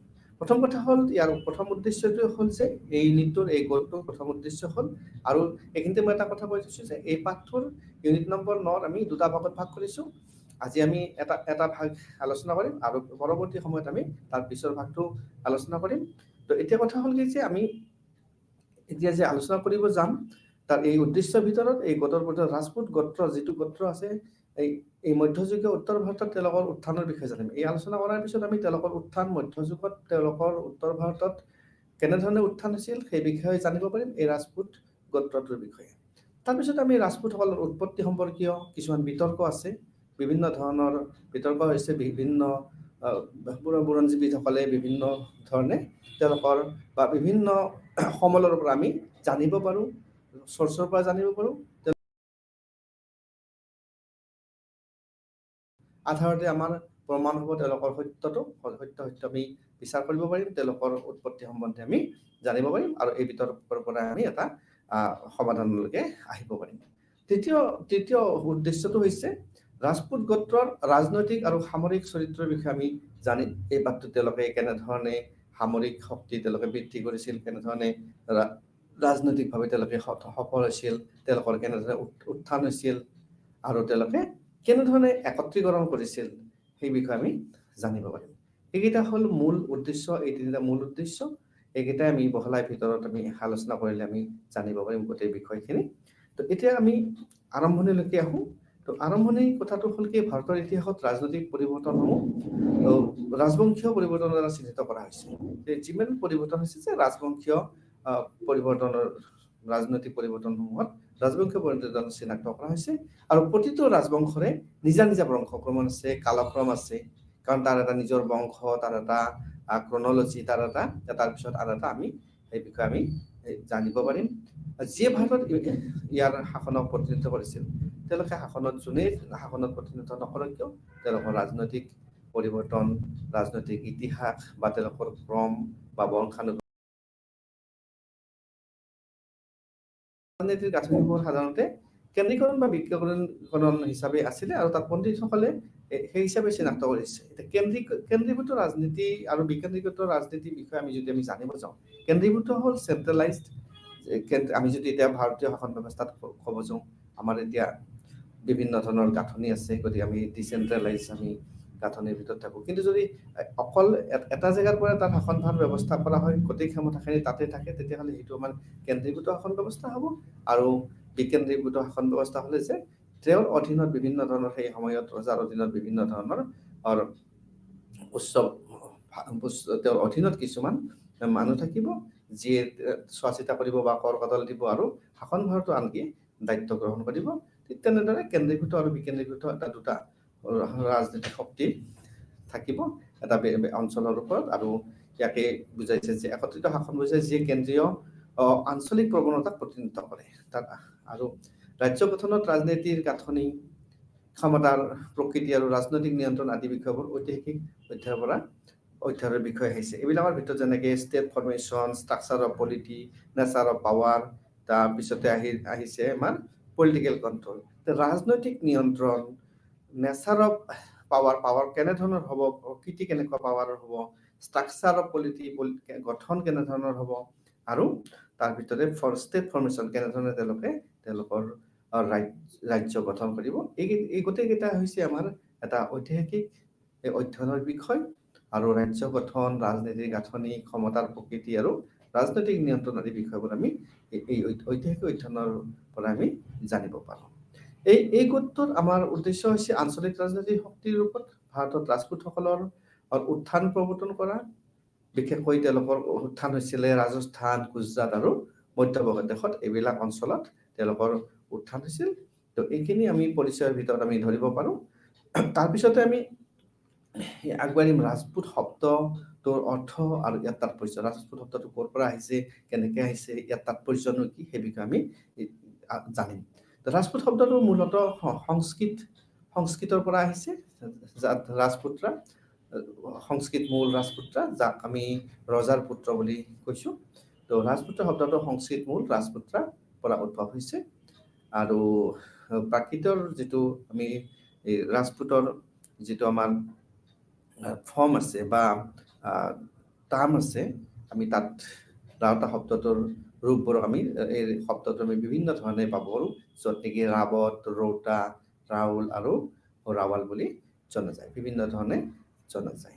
গতিকে এনেকৈ সংস্কৃত শব্দৰ পৰা ৰাজপুত শব্দটোৰ উৎপত্তি হৈছে।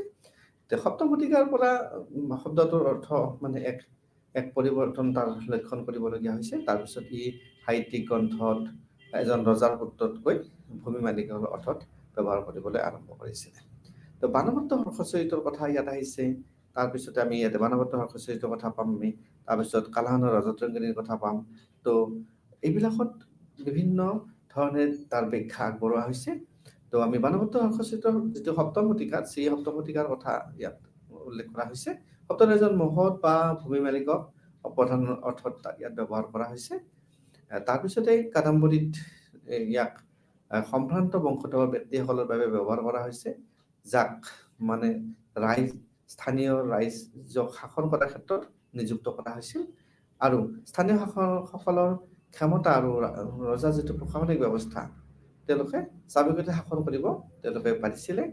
তেওঁলোকৰ তলত যিটো ভূমিৰ বৃহৎ অংশ আছিলে, আৰু সেইবিলাকৰ ক্ষেত্ৰতো তেওঁলোকে সক্ৰিয় ভূমিকা পালন কৰিব পাৰিছিল। তেওঁলোকৰ তলত কিছুমান মানুহ থাকিছিলে আৰু তেওঁলোকৰ পৰিচালনা কৰিছিলে।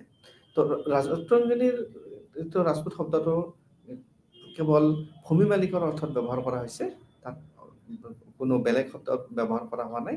ভূমি মালিকৰ ক্ষেত্ৰত ব্যৱহাৰ কৰা হৈছে, তেওঁলোকৰ ভূমিৰ অধিকাৰী হিচাপে তাত ব্যৱহাৰ কৰা হৈছে।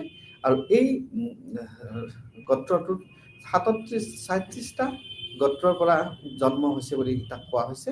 আৰু 37টা গোত্ৰৰ প্ৰশংসা 1200 খ্ৰীষ্টাব্দত তাত স্পষ্টভাৱে উল্লেখ কৰা আছে। তাৰ অস্তিত্বৰ বিষয়ে সুন্দৰভাৱে কোৱা হৈছে। তো এনেকৈ ৰাজপুত শব্দটো উৎপত্তি হৈছে বুলি ক'ব পাৰি। তো দ্বাদশ শতিকাৰ পৰা এই শব্দটো অধিককৈ ব্যৱহাৰ কৰা হৈছে। আৰু দ্বাদশ শব্দৰ ভট্ট ভূপেনদেৱৰ যিটো অপৰা চিহ্ন তাত বৰ্ণনা কৰিছে, এক সাধাৰণ সামন্ততান্ত্ৰিক ক্ৰমৰ গঠন, য'ত ৰাজপুতসকলৰ এক নিৰপেক্ষ গঠন বুলি তাত কোৱা হৈছে। তেওঁলোকে একোটা অঞ্চলৰ বা একোটা গাঁৱৰ তেওঁলোকে মুৰব্বী আছিলে, ক্ষুদ্ৰ মুৰব্বী আছিলে, আৰু তেওঁলোকে তাৰ পৰা শাসন কৰিবলৈ সক্ষম হৈছিলে।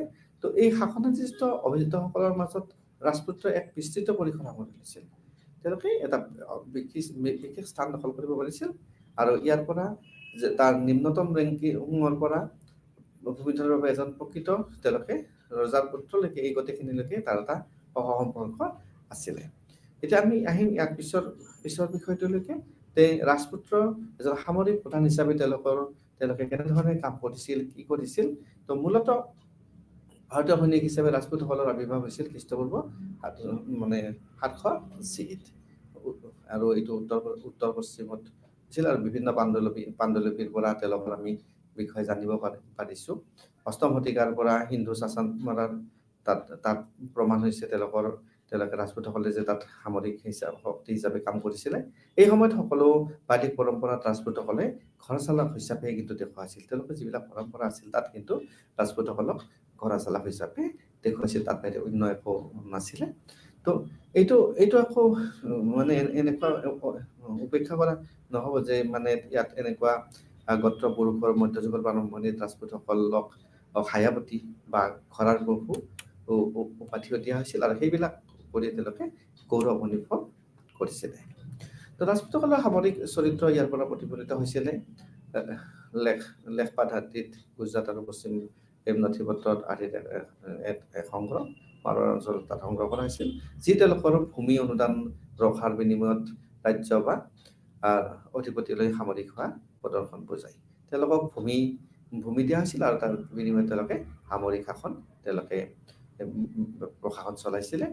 আৰু সামৰিক বাধ্যবাধকতাৰ এই পাঠটোৰ পৰা আমি সামৰিক বাধ্যবাধকতা আছিল, তেওঁলোকে ৰাজপুত্ৰসকলে বিভিন্ন ধৰণে ৰজাক সহায় কৰিবলগীয়া হৈছিল। তেওঁলোকে আইন শৃংখলা, এই যে ভূমি তেওঁলোকক দিছিল তাৰ বিনিময়ত তেওঁলোকে আইন শৃংখলা বজাই ৰাখিছিল। তাত কিছুমান নিয়ম নীতিৰ মাজত তেওঁলোকে অনুশীলন কৰিব লাগিছিলে, আৰু তেওঁলোকে প্ৰয়োজনত তেওঁলোকে সেৱা আগবঢ়াব লাগিছিলে, ৰজাক তেওঁলোকে সেৱা আগবঢ়াব লাগিছিলে। আৰু এই সেনাৰ কাৰণে 100 ফুট সৈনিক আৰু 20 জন তেওঁলোকে অশ্বাৰোহী প্ৰদান কৰিব লাগিছিল। যেতিয়া তাৰ অভাৰলৰ্ডৰ প্ৰয়োজন হৈছিল, তেওঁলোকৰ কাৰ্যালয়ত বা তেওঁলোকৰ মুখ্য অঞ্চলত কিবা প্ৰয়োজন হ'লে তেওঁলোকে যোগান ধৰিবলৈ বাধ্য আছিল। তেওঁলোকৰ এইবিলাক বাধ্যবাধকতা আছিল, যিহেতু তেওঁলোকে ভূমি পাইছিলে। তাৰপিছতে আমি কেতিয়াবা অভাৰলৰ্ডৰ সেৱাত তেওঁলোকে সামৰিক সৈন্য ৰাজপুতসকলক যোগান ধৰাৰ কাৰণে তেওঁলোকক কি কৰা হৈছিল, কেতিয়াবা তেওঁলোকক নগদ ধনো দিয়া হৈছিলে। এনেকুৱা নহয় যে তেওঁলোকে ভূমি অধিকাৰ লাভ কৰিছে তাৰ কাৰণে তেওঁলোকে প্ৰশাসন চাব লাগিব, তেওঁলোকে সৈন্যবাহিনী যোগান ধৰিব লাগিব, এনেকুৱা নহয়। তেওঁলোকক কেতিয়াবা তাৰ বিনিময়ত কিন্তু তেওঁলোকক নগদ ধনো প্ৰদান কৰা হৈছিলে। তো সামৰিক সেৱাৰ উপৰিও তেওঁলোকে তাৎক্ষণিক অভাৰলৰ্ডৰ ৰাণাকাক প্ৰদান কৰা বা ৰাজপুতসকলকো পৰিশোধ কৰিবলৈ তেওঁলোকক কোৱা হৈছিল। আৰু তেওঁলোকে খেতি বাতি কৰিছিল, তেওঁলোকে তাৰ পৰা ৰাজহ আদায় কৰিব পাৰিছিল, আৰু ৰাজহৰ পৰিমাণ নিৰ্ধাৰণৰ সময়ত ভিতৰত কঠোৰভাৱে পৰিশোধ কৰিব লাগিছিল। এই যিবিলাক ৰাজহবিলাক কিন্তু নিৰ্ধাৰিত সময়ৰ ভিতৰত ৰজাক পৰিশোধ কৰিব লাগিছিল, আৰু সেইটো তাত যিটো সীমা ধৰি দিয়া হৈছিলে, সেই সীমাটোৰ ভিতৰত তেওঁলোকে একদম কঠোৰভাৱে তাক তেওঁলোকে পৰিশোধ কৰিবলৈ বাধ্য আছিলে, কাৰণ তাৰ নিয়ম কানুনবিলাক অতি কঠোৰভাৱে পালন কৰা হৈছিল। আৰু যদি এই ৰাজটো যদি তেনে কৰিবলৈ বিফল হয়, তেওঁলোকে যদি সেই কৰ কাটল তাক নিৰ্ধাৰিত সময়ত দিব নোৱাৰে বা তাৰ পৰিশোধ কৰিবলৈ বিলম্ব কৰিছিলে, তেতিয়া সুতেৰে সৈতে তেওঁলোকে পৰিশোধ কৰিব লাগিছিল। অন্যথা তেওঁলোকে পৰিশোধ কৰাৰ সুযোগ নাপাইছিল, কাৰণ তেওঁলোকৰ টাইমত পৰিশোধ কৰিব লাগিছিল, আৰু টাইমত দিব নোৱাৰিলে তেওঁৰ যিটো আমি ফাইন বুলি কওঁ, বা তাৰ যিটো আমি তাৰ বিফল হোৱাৰ কাৰণে, বিলম্ব হোৱাৰ কাৰণে তেওঁলোকে তাৰ সুতো পৰিশোধ কৰিব লাগিছিল, আৰু সেই সুতো তেওঁলোকে একেলগে পৰিশোধ কৰিব লাগিছিলে। তো আমি এইখিনিৰ পৰা এইটোৱে গম পালো যে তেওঁলোকৰ কেৰেক্টাৰটো আছিল ৰাজপুত্ৰসকলৰ, যে তেওঁলোকে মিলিটাৰী তেওঁলোকৰ লেণ্ড যিহেতু দিছিলে, তেওঁলোকে তাৰ কাৰণে তেওঁলোকৰ এটা এছাইনমেণ্ট আছিলে, তেওঁলোকৰ অব্লিগেশ্যন আছিলে, তেওঁলোকে ৰজাক বা ৰাজ্যত বিভিন্ন ধৰণে সেনাবাহিনী যোগান ধৰিব লাগিছিলে, আৰু তাৰ বিনিময়ত কেতিয়াবা তেওঁলোকক নগদ ধনো তেওঁলোকে প্ৰদান কৰিছিলে তেওঁলোকক। আৰু তেওঁলোকে নিৰ্ধাৰিত সময়ত তেওঁলোকৰ কৰ কাটলবোৰ দিব লাগিছিলে তেওঁলোকৰ অভাৰলৰ্ডক, আৰু যদি দিব নোৱাৰিছিলে তেতিয়াহ'লে তেওঁলোকে জৰিমনা সহ তেওঁলোকে জমা দিব লাগিছিলে। এতিয়া আহিম ৰাজপুতসকল ৰজা আৰু বিষয়াসকলৰ পুত্ৰ হিচাপে তেওঁলোকে কেনেধৰণে কাম কৰিছিল, তেওঁলোকক কি অধিকাৰ দিয়া হৈছিল, কেনেধৰণে সেৱাত ভাৰত জড়িত হৈছিলে, তাত কোনটো গোষ্ঠীয়ে কেনেধৰণে শাসনত চামিল হৈছিল। তো গাহদাৱালা আৰু চাহামানাৰ অধীনত ৰাজপুতসকলৰ অৱস্থান পৃথক আছিল। তেওঁলোকৰ পৃথক আছিল কাৰণ যিহেতু উপাধিটো সাধাৰণতে ৰাজত্ব কৰা প্ৰকৃত পুত্ৰসকলৰ ক্ষেত্ৰতহে প্ৰয়োগ কৰা হৈছিলে। তেওঁলোকে শাসনত বিশেষ ক্ষমতা প্ৰয়োগ কৰিছিল, তেওঁলোকৰ শাসনত তেওঁলোকে স্পেচিয়েল পাৱাৰ পাইছিলে। ৰাজত্ব কৰা ৰজাসকলে তেওঁলোকৰ আবণ্টন কৰা সম্পত্তি তেওঁলোকে ৰাজ্যপাল হিচাপে কাম কৰাৰ অধিকাৰ পাইছিল, অৰ্থাৎ তেওঁলোকে এটা ৰাজকীয় পদ পাইছিলে, তেওঁলোকে ৰাজ্যপাল হিচাপে কাম কৰাৰ এটা অধিকাৰ পাইছিলে, তেওঁলোকৰ প্ৰশাসনৰ এটা বিশেষ ক্ষমতা তেওঁলোকে লাভ কৰিছিলে। তাৰপিছতে তেওঁলোকৰ প্ৰশাসনৰ বিষয়ত আগ্ৰহী কিছুমান ৰাজপুতৰ অধীনত চাহ মানুহৰে ৰাজকীয় বিশেষাধিকাৰৰ দ্বাৰা সমৃদ্ধ আছিল, আৰু তেওঁলোকক ৰাজকীয় আৰু প্ৰশাসনিক কাৰ্যকলাপৰ দায়িত্ব দিয়া হৈছিলে। তেওঁলোকে ৰাজত্ব কৰা ৰজাৰ সন্মতিত গাঁওসমূহত ভূমি মঞ্জুৰ কৰিব পাৰিছিলে। তেওঁলোকে সন্মতি লাগিছিলে অৱশ্যে ৰজা, কিন্তু তেওঁলোকৰ অধীনত থকা তেওঁলোকে ৰাজত্ব কৰা যিবিলাক ভূমি আছিলে, অঞ্চল আছিলে, ৰজাৰ সন্মতি লৈ পেলাই তেওঁলোকে ভূমি এই গাঁওসমূহত ভূমিও তেওঁলোকে মঞ্জুৰ কৰিবলৈ তেওঁলোকৰ ক্ষমতা আছিলে, তেওঁলোকে সেইবিলাক পাইছিলে। আৰু চাহ মানুহৰ অধীনত ৰাজপুত আৰু মহাৰাজপুত্ৰসকলে ৰাজ্যপাল হিচাপে তেওঁলোকে এই কাম কৰা বা সেৱা কৰাৰ বিভিন্ন উদাহৰণ আছে, সেইবিলাক পোৱা যায় তাৰ পৰা। আৰু চাহামান ৰাজকুমাৰসকলক তেওঁলোকৰ ব্যক্তিগত উপভোগৰ বাবে এই ফিফ বা চেজা দিয়া হৈছিলে, তেওঁলোকে ব্যক্তিগত উপভোগৰ কাৰণে ব্যৱহাৰ কৰিব পাৰিছিলে। অৱশ্যে এই ফিফবোৰক তেওঁলোকে ব্যক্তিগত সম্পত্তি হিচাপে গণ্য কৰিব নোৱাৰিছিলে, কাৰণ কেতিয়াবা যদি দৰকাৰ হৈছিল, ৰজাৰ বা কেন্দ্ৰীয়ভাৱে যদি তাত দৰকাৰ হৈছিল, তেওঁলোকৰ ক্ষমতা তেওঁলোকে প্ৰয়োগ কৰিছিলে। আৰু ভূমিক তেওঁলোকৰ যিটো জলপনৰ পৰা আঁতৰাই দিয়াৰ অধিকাৰ সাধাৰণতে সম্প্ৰসাৰণ কৰা হোৱা নাছিলে। তাৰপিছতে আহিলে তেওঁলোকৰ আবণ্টন কৰা অধিকাৰ থকা দেখা গৈছিলে। তাৰপিছত মাটিৰ সৰু সুৰা অংশ আৰু ইয়াৰ উপাৰ্জন দাতব্য উদ্দেশ্যৰ বাবে যিটো আমি দান বৰঙণি দিওঁ, ৰজাৰ অনুমতি লৈ পেলাই তেওঁলোকে দিব পাৰিছিলে।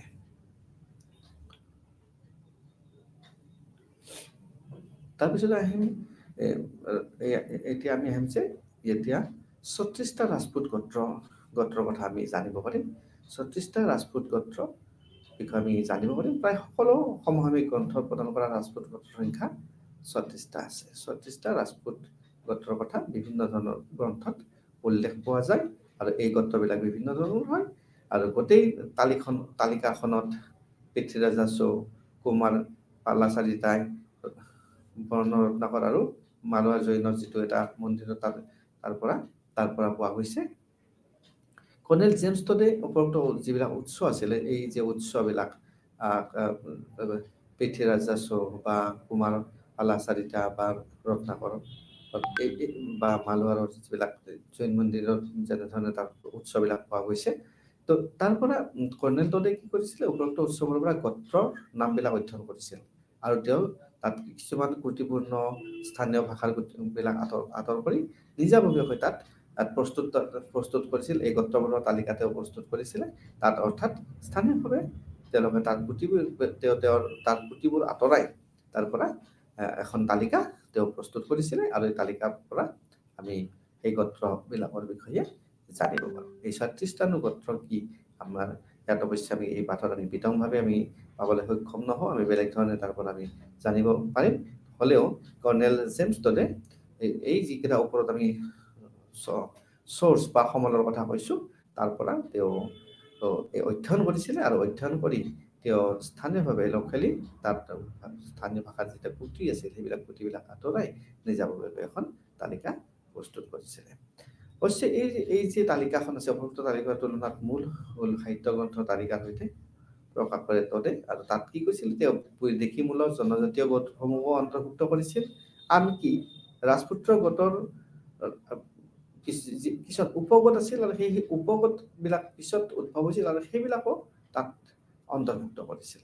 অৰ্থাৎ বিদেশীমূলক জনজাতীয় গোটবোৰকো তাত অন্তৰ্ভুক্ত কৰিছিলে, আৰু উপগোত্ৰ যিবিলাক পিছত সৃষ্টি হৈছিল এই ৰাজপুত গোত্ৰৰ পৰা, সেইবোৰকো তাত তেওঁ অন্তৰ্ভুক্ত কৰিছিল। অৰ্থাৎ এই যে 36টা আমি গোত্ৰৰ কথা কৈছোঁ, তাত অন্তৰ্ভুক্ত কৰা হৈছিল। তো এনেধৰণে বিভিন্ন বিতৰ্কৰ মাজত বিভিন্ন ধৰণে আমি তেওঁলোকৰ ক্লেন বা চাব ক্লেনৰ বিষয়ে আমি জানিব পাৰোঁ। ৰাজপুতসকলৰ উৎপত্তিত বিভিন্ন ধৰণৰ বিতৰ্ক আছে, বিভিন্ন ধৰণৰ বিতৰ্ক চলিছে, বিভিন্ন ধৰণে বিভিন্ন লোকে মত পোষণ কৰিছে তেওঁলোকৰ উৎপত্তি সম্বন্ধে বিপত্তি থাকে। গতিকে ৰাজপুতসকলৰ উৎপত্তি ৰহস্যৰ অধীনত আৱৰি আছে বিভিন্ন ধৰণৰ তাৰ উৎপত্তিত ৰহস্যৰে আৱৰা বিভিন্ন পণ্ডিতে বা বিভিন্ন লোকসকলে বিভিন্ন ধৰণে মত পোষণ কৰিছে। তাত মডাৰ্ণ স্কলাৰ্ছ আছে, আধুনিক পণ্ডিতসকলৰ কথা কোৱা হৈছে বা অন্যান্য ব্যক্তিৰ তাত ভিউ দিয়া হৈছে আৰু কিছুমান ৰিচেণ্ট ভিউ দিছে, বৰ্তমানৰ মত দিয়া হৈছে, যাক আমি থিয়ৰী বুলি কৈছোঁ। আৰু তেনেধৰণে বিভিন্ন ধৰণে তেওঁলোকৰ উৎপত্তিৰ সম্বন্ধে ব্যাখ্যা আগবঢ়া হৈছে। এতিয়া আমি প্ৰথম ব্যাখ্যাটোত যাব খুজিছোঁ, ৰাজপুতসকলৰ অগ্নিগোলাৰ উৎপত্তি কথা বিষয়ে আমি আলোচনা কৰিব গৈছোঁ। এটা পৌৰাণিক কাহিনীত চন্দ্ৰপ্ৰদাই তেওঁৰ পৃথ্বীৰাজত চালুক্যসকলক বুজাইছিল প্ৰতিহাৰা, পৰমৰা আৰু চাহামানসকলৰ উৎপত্তিত মানে বশিষ্ঠ মুনিৰ জুইৰ গাঁতৰ পৰা তেওঁলোকৰ উদ্ভৱ হোৱা বুলি কৈছিল। এই তিনিটা চালুক্যসকল, প্ৰতিহাৰা আৰু পৰমৰা তেওঁলোকৰ উৎপত্তি হোৱা বুলি কোৱা হৈছিলে। ৰাছৰ মতে ৰাছই এটা মত পোষণ কৰিছিল যে বিশ্বমিত্ৰ, আগস্ত্য আৰু বশিষ্ঠ মুনি এই তিনিজন ঋষিয়ে মাউণ্ট আবুত এক মহান ত্যাগ, এক চেক্ৰিফাইচ তেওঁলোকে আৰম্ভ কৰিছিল, যজ্ঞ কৰিছিলে। তাত এই তিনিজন বিশিষ্ট মুনিয়ে তাত যজ্ঞ কৰিছিলে আৰু এই যে যজ্ঞ কৰিছিল তাত ৰাক্ষসসকলে তেওঁলোকৰ কামত বাধা দিছিল, তেওঁলোকক কাম কৰিব নিদিছিলে। গতিকে এই বাধাৰ ফলত মুনিয়ে কি কৰিলে, তাৰপিছত বশিষ্ঠই তেওঁৰ এই যিটো পিঠ কাঠ যিটো আছিলে, তাত চেক্ৰিফাইচৰ যিটো কাঠ আছিল, যজ্ঞৰ কাঠ আছিল, তাৰ পৰা তেওঁ তিনিজন যোদ্ধাৰ সৃষ্টি কৰিছিল। এইৰ উত্তৰাধিকাৰী হিচাপে তিনিজন যোদ্ধাৰ সৃষ্টি কৰিছিল এই বাধা পোৱাৰ পিছত। আৰু সেইকেইটাৰ আমি এই প্ৰতিহাৰা বা চলাংকি আৰু পাৰামাৰা নামেৰে আমি জানো। কিন্তু এই যিকেইটা বৌদ্ধিক পাঠত এইকেইটা ইয়াত উল্লেখ কৰা হৈছে যে এই যিকেইটা যোদ্ধা সৃষ্টি কৰিছিল, যি তিনিটা যোদ্ধা সৃষ্টি কৰিছিলে, এই বশিষ্ঠ মুনি তেওঁৰ ঘাটৰ পৰা পিতৰ পৰা তেওঁ যজ্ঞ কৰিছিলে, দৈত্যসকলৰ বাধাৰ সন্মুখীন হৈ পেলাই কোনেও কিন্তু এই ৰাক্ষসসকলক সম্পূৰ্ণৰূপে আঁতৰ কৰিব পৰা নাছিল, তেওঁলোকে সফল হোৱা নাছিল ৰাক্ষসসকলক আঁতৰ কৰিবলৈ।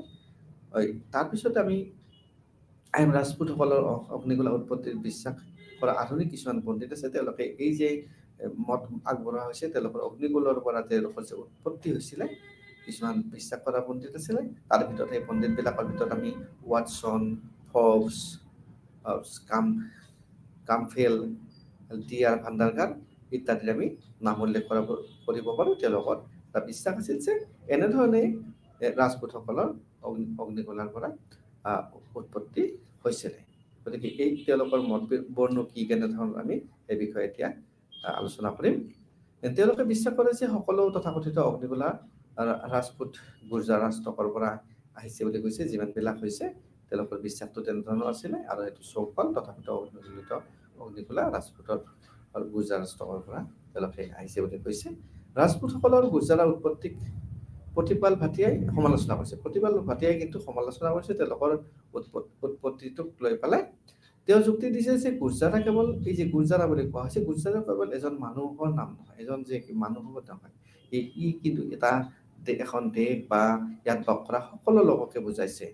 আৰু যি জাতি বা গোত্ৰ তেওঁলোকৰ সেই যি জাতি বা গোত্ৰৰ ভিতৰৰ বা অধীনৰ হয়, গতিকে তেওঁ ইয়াত সমালোচনা কৰিছে। আৰু তাৰপিছতে আমি কেৱল প্ৰাচীন গ্ৰন্থ কিছুমান আছে, তাত এই গ্ৰন্থত সৌৰ আৰু চন্দ্ৰ ক্ষত্ৰিয়ৰ বিষয়ে আমি জানিব পাৰোঁ। সৌৰ আৰু চন্দ্ৰ ক্ষত্ৰিয়ৰ বিষয়ে আমি জানিব পাৰোঁ এই গ্ৰন্থবিলাকত। তাৰপিছতে ৰাজপুতসকলে সৌৰ আৰু চন্দ্ৰৰ উৎপত্তিটো মহাভাৰত আৰু পুৰাণত উল্লেখ কৰা হৈছে। ৰাজপুতসকলৰ উৎপত্তি সৌৰ আৰু চন্দ্ৰৰ উৎপত্তিটো যিটো মহাভাৰতৰ আৰু পুৰাণত কিন্তু তেওঁলোকৰ উৎপত্তি সম্বন্ধে উল্লেখ পোৱা যায়। তো চান্দেলা পৰিয়ালৰ আটাইতকৈ পুৰণি পৰম্পৰা উল্লেখ কৰা হৈছে ইয়াতে চান্দেলা পৰিয়ালৰ যিটো পুৰণি পৰম্পৰা সেই বিষয়েও উল্লেখ পোৱা যায়। তেওঁলোকৰ শিলালিপি চন্দ্ৰৰ পৰা চান্দেলসকলৰ উৎপত্তি হৈছে বুলি কোৱা হৈছে। শিলালিপিত তেওঁলোকৰ ক্ষত্ৰিয়সকলৰ চন্দ্ৰ দৌৰ হিচাপে চিনাক্ত কৰা হৈছে। আৰু এনেকুৱা লাগিছে যে সংস্কৃত এই সাহিত্য গ্ৰন্থত সৌৰ আৰু চন্দ্ৰ আৰু ক্ষত্ৰিয় ধাৰণা আছিলে আৰু বিভিন্ন শিলালিপিৰ পৰা তাত বিৱৰণ পোৱা যায়। তো আৰু অন্যান্য কিছুমান দৰ্শন আছে, আদাৰ ফিলচফিজ আছে, অন্য ভিউজ আছে। তো তাৰে ভিতৰত BS যাদৱ, BNS যাদৱে তেওঁৰ মত আৰু পোষণ কৰিছে এই সম্বন্ধে। তো প্ৰাৰম্ভিক যিটো প্ৰাৰম্ভিক ৰাজপুত গোত্ৰৰ উদ্ভৱ অনুসৰণ কৰিছে ৰাজনৈতিক আৰু সামাজিক বিভ্ৰান্তি। সেই সময়ত ৰাজনৈতিক আৰু সামাজিক বিভিন্ন ধৰণৰ বিভ্ৰান্তি, বিভিন্ন ধৰণৰ বিশৃংখলা হৈছিলে, আৰু সেই সময়তে এই গুপ্তা এম্পায়াৰৰ সমাপ্তি ঘটিছিলে, কলাপছ হৈছিলে। বিভিন্ন ধৰণে তাত অৰ্থনীতি নিম্নগামী হৈছিলে, আৰু বিদেশীসকলে আক্ৰমণ কৰি অৰ্থনীতি নিম্নগামী হ'ল। বিদেশীসকলে আক্ৰমণ কৰিলে, বিভিন্ন বিশৃংখলতা আহিলে, বিভিন্ন বিভ্ৰান্তিৰ সৃষ্টি হ'ল, ৰাজনৈতিক আৰু সামাজিক বিভ্ৰান্তি হ'ল, আৰু তাৰ ফলত কি হ'ল, এই গুপ্তসকলৰ সাম্ৰাজ্যৰ পতন ঘটিল। তাৰপিছতে তেওঁৰ মতে যিটো বৰ্ধিত সামন্ততান্ত্ৰিক প্ৰৱণতাই অনুকূল সৃষ্টি কৰিছিল, শাসনত পৰিস্থিতি অভিযুক্ত সংযুক্ত কৰি ৰাখিছিলে।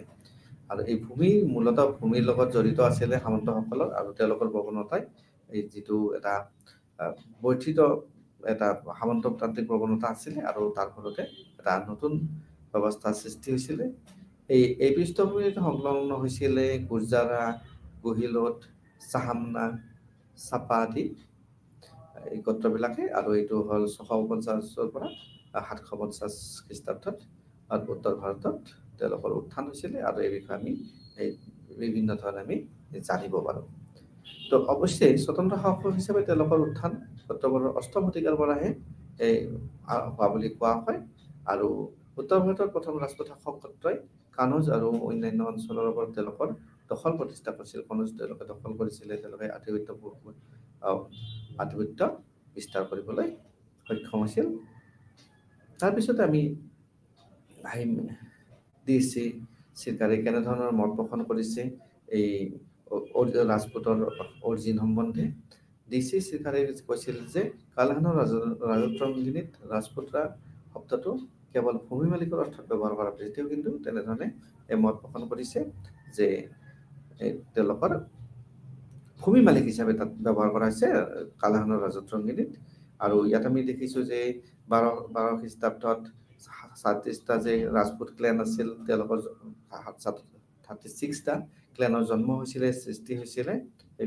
আৰু সেই সময়তে ৰাজপুতৰা এটা ক্লাছ নিজে এটা শ্ৰেণীলৈ পৰিৱৰ্তিত হৈছিলে। তেওঁলোকে এটা শ্ৰেণীৰ এটা সৃষ্টি হৈছিলে।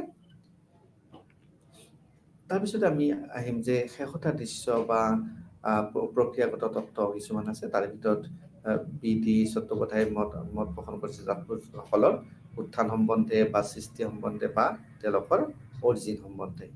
তো এটা প্ৰক্ৰিয়া হিচাপে তাত উদ্ভৱ হোৱাটো পৰীক্ষা কৰিছে, যিটো বিভিন্ন সময়ত আৰু বিভিন্ন অঞ্চলত প্ৰায় একে নাছিল। নিশ্চিতভাৱে বিভিন্ন সময়ত বিভিন্ন অঞ্চলত একে হ'ব নোৱাৰে, আৰু তাৰ স্থান আৰু সময়ো পৃথক আছিলে। তেওঁৰ মতে তেওঁলোকৰ উত্থান বংশৰ ক্ষেত্ৰত চোৱা আমাৰ উচিত নহ'ব, তেনে বংশগতভাৱে আমি চোৱাটো বিশেষ উচিত নহ'ব। মধ্যযুগত যিটো আৰম্ভণি হৈছিলে ৰাজপুতৰা শব্দটো সাহিত্যিক গ্ৰন্থৰ শিলালিপিবোৰে বাস্তৱত ক্ষুদ্ৰ ভূমি ধাৰণকাৰী প্ৰশাসকৰ এটা যথেষ্ট ডাঙৰ অংশ গঠন কৰি এক নিশ্চিত জাতিক তাত প্ৰতিনিধিত্ব কৰিছিল। তেওঁলোকে এটা প্ৰশাসন কৰিছিল, তেওঁলোকে বিভিন্ন জাতি তাত লগ হৈছিল। আমি যে 37টা গোত্ৰৰ কথা কৈছোঁ, এই কথাকে ইয়াত বুজোৱা হৈছে। প্ৰশাসনৰ স্থিতি মধ্যযুগত আৰম্ভণিৰ সময়ছোৱাত গোত্ৰবোৰ সাধাৰণতে যথেষ্ট গণনা কৰা হৈছিল, আৰু সেইবিলাক বংশানুক্ৰমিক আছিল, আৰু কাৰ্যালয় আৰু তাত এটা ষ্টেৰিঅটাইপ প্ৰণালী এটা আছিলে। তাৰপিছত আমি এই যিবিলাক গোত্ৰৰ সমসাময়িক স্থিতি বিভিন্ন ধৰণৰ আছিল, তাৰ অন্তৰ্ভুক্তিৰ বাবে প্ৰতিহাৰা আৰু চামানসকলে তেওঁলোকৰ নাম নিয়মীয়াকৈ তাত লিখি থৈছিলে। তাত তেওঁলোকৰ চত্ৰবিলাক তালিকাভুক্ত কৰিছিলে, তেওঁলোকৰ নামবিলাক নিয়মীয়াকৈ তেওঁলোকে লিখি ৰাখিছিলে। আৰু এইটো আমি লক্ষণীয় যে এই 37টা তালিকা যিখন আছে, এই 37টা তাতে সকলো সাহিত্য গ্ৰন্থত উল্লেখ চিমিলাৰিটি সকলোতে পোৱা নাযায়। তাত ডিছিমিলাৰিটিৰ যিবিলাক টেক্সট আছে তাত চিমিলাৰিটি পোৱা যায়। গতিকে এইটো লক্ষণীয় হৈছে যে এই 37টা তালিকা যি আছে গোত্ৰৰ সকলো যিবিলাক সাহিত্য গ্ৰন্থ আমি এই কথা কৈছোঁ, উল্লেখ কৰিছোঁ বা আমি চাইছোঁ, তাত কিন্তু এই গদ্যবোৰৰ অমিল পোৱা যায়।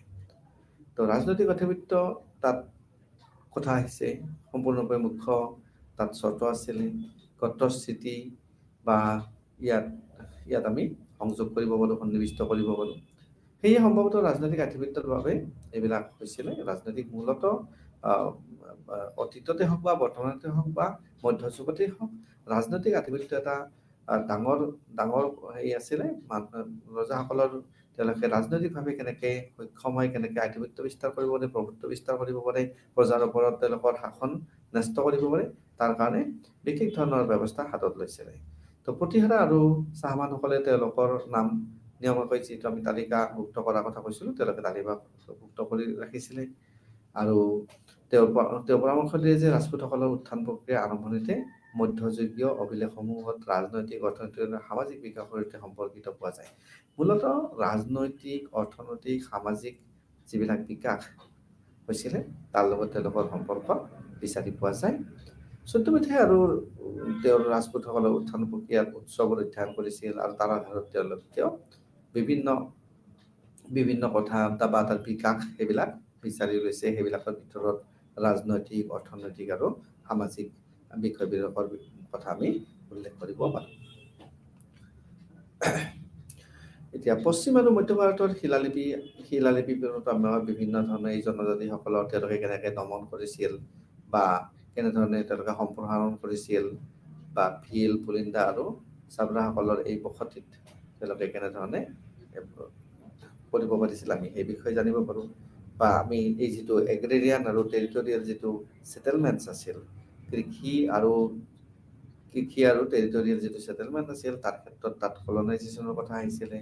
গাঁওবোৰ সম্প্ৰসাৰণ হৈছিলে, তাত প্ৰশাসনীয় ব্যৱস্থা হৈছিলে, তাত ব্যৱসায় বাণিজ্য হৈছিলে, তাত বসতি আৰম্ভ হৈছিল। আৰু পশ্চিম আৰু মধ্যযুগৰ ভাৰতৰ শিলালিপিবোৰে সেইটোৱে বুজাইছিল যে যিবিলাক জনজাতীয় লোক আছিল তেওঁলোকক দমন কৰা হৈছিল, তেওঁলোকক অধীনত কৰা হৈছিল, তেওঁলোকক তাৰ পৰা উচ্ছেদ কৰা হৈছিল, আৰু সেনেকে তেওঁলোকৰ ক্ষেত্ৰীয় আঞ্চলিক শক্তি তাত সম্প্ৰসাৰণ কৰা হৈছিলে। আৰু ভীল, পুলিন্দা আৰু মূলতঃ চাবৰাসকলৰ বসতিত তেনেধৰণে আধিপত্য বিস্তাৰ কৰা হৈছিল। আৰু ঠিক তেনেকৈ গুহিলা ৰাজ্য পৰম্পৰা অনুসৰি ৭ম শতিকাত ভীল বসতিৰ ওপৰত তেওঁলোকে প্ৰতিষ্ঠা কৰিছিল। ইতিমধ্যে কৈ উঠিছিল যে তাত তেওঁলোকে সম্প্ৰসাৰণ কৰিছিল, তেওঁলোকে প্ৰতিষ্ঠা কৰিছিল। আৰু নাটলৰ চাহমানসকলৰ ক্ষেত্ৰতো একেধৰণৰ সম্প্ৰসাৰণ গতিবিধি পোৱা গৈছে। তেওঁলোকৰ ক্ষেত্ৰতো তেনেধৰণে সম্প্ৰসাৰণ হৈছিল, তাত গতিবিধি, তাত কাৰ্যকলাপ তাত পোৱা গৈছিলে। তাৰপিছত আমি যদি চাবলৈ যাওঁ, সকম ভৰি চাহমানসকলৰ তেওঁলোকৰ আগতে যিটো তাত জংঘল আছিল, তাত বনভূমি আছিলে, আৰু সেইবিলাকত তাত উপনিৱেশ স্থাপন কৰা হৈছিলে সেইবিলাক ভূমিৰ পৰা। আৰু তাৰ পৰা বিভিন্ন জনগোষ্ঠী বা বিভিন্ন লোকসকলক তাৰ পৰা আঁতৰাই পঠোৱা হৈছিল। সেইবিলাক এতিয়া আমি যদি ক'ব যাওঁ, ৰাজস্থানৰ বৰ্তমান কিছুমান অঞ্চল আছে, সেই অঞ্চলৰ বিষয়ে আমি জানিব পাৰোঁ। চট্টোপাধ্যায় অনুসৰি তেওঁ সেই সময়ছোৱাত বিভিন্ন ৰাজপুতৰ ৰাজনীতি উদ্ভৱ হ'বলৈ আৰম্ভ কৰিছিলে, আৰু ইয়াত বিভিন্ন ক্ষেত্ৰত জনজাতিকৰণৰ কথা আহিছে বা তাৰ লগত পৰিৱৰ্তনৰ প্ৰক্ৰিয়া তাত বিভিন্ন ধৰণে চলিছিলে। তেনেধৰণে তাত আৰম্ভ হৈছিলে। তাৰপিছত আমি আহিম এতিয়া ক্ষত্ৰিয় স্থিতিলৈ, গতিশীলতা ক্ষত্ৰিয় স্থিতিলৈ তেওঁলোকে কেনেকৈ আগবাঢ়িছিল, তেওঁলোকে কেনেকৈ গতি লাভ কৰিছিলে, আমি সেই বিষয়ে আমি আলোচনা কৰিম। উপনিৱেশ স্থাপন প্ৰক্ৰিয়াত সকলো ৰাজপুত গোত্ৰৰ পৰা ওলাহে নাছিল। এই যিটো উপনিৱেশ বা কলনাইজেশ্যন বা সম্প্ৰসাৰণ বা তাৰ বিস্তাৰ বা তাৰ প্ৰসাৰৰ ক্ষেত্ৰত কিন্তু সকলোবিলাক ৰাজপুত যিমান গোত্ৰ আছে, আমি ৩৬টা গোত্ৰৰ কথা কৈছোঁ, সকলোবিলাক কিন্তু তাত কিন্তু গোটেই ক্লেনবিলাক কিন্তু তাত এই কলনাইজেশ্যন প্ৰচেছত ওলাই হোৱা নাছিল, সকলোৱে অংশগ্ৰহণ কৰা নাছিল। তো সেয়েহে ইয়াৰ বাবে এটা চৰ্ত আছিল। আৰু মেদ আৰু হুণসকলৰ তাত অন্তৰ্ভুক্তি ক্ষত্ৰিয় স্থিতিৰ গতিশীলতা আছিল, যিটো অধিকভাৱে প্ৰচলিত হৈছিল, সচৰাচৰ প্ৰচলিত হৈছিল। তাৰপিছতে বেছিভাগ নতুনৰ বাবে তাত উদীয়মান ৰাজকীয় আদি যেনেকৈ ব্ৰহ্মক্ষত্ৰ তাত পৰিৱৰ্তনশীল স্থিতি আছিলে। চট্টোপাধ্যায়ে আৰু মত পোষণ কৰিছিল যে মধ্যযুগৰ আৰম্ভণি সময়ছোৱাত ব্ৰহ্মক্ষত্ৰ এটা মুক্ত মৰ্যাদা হ'ব পাৰে, মুক্তভাৱে তেওঁলোকে আচৰণ কৰিব পাৰে, মুক্ত এটা গোষ্ঠী হ'ব পাৰে, এটা গোত্ৰ হ'ব পাৰে, তেনেধৰণে তেওঁ মত পোষণ কৰিছিল।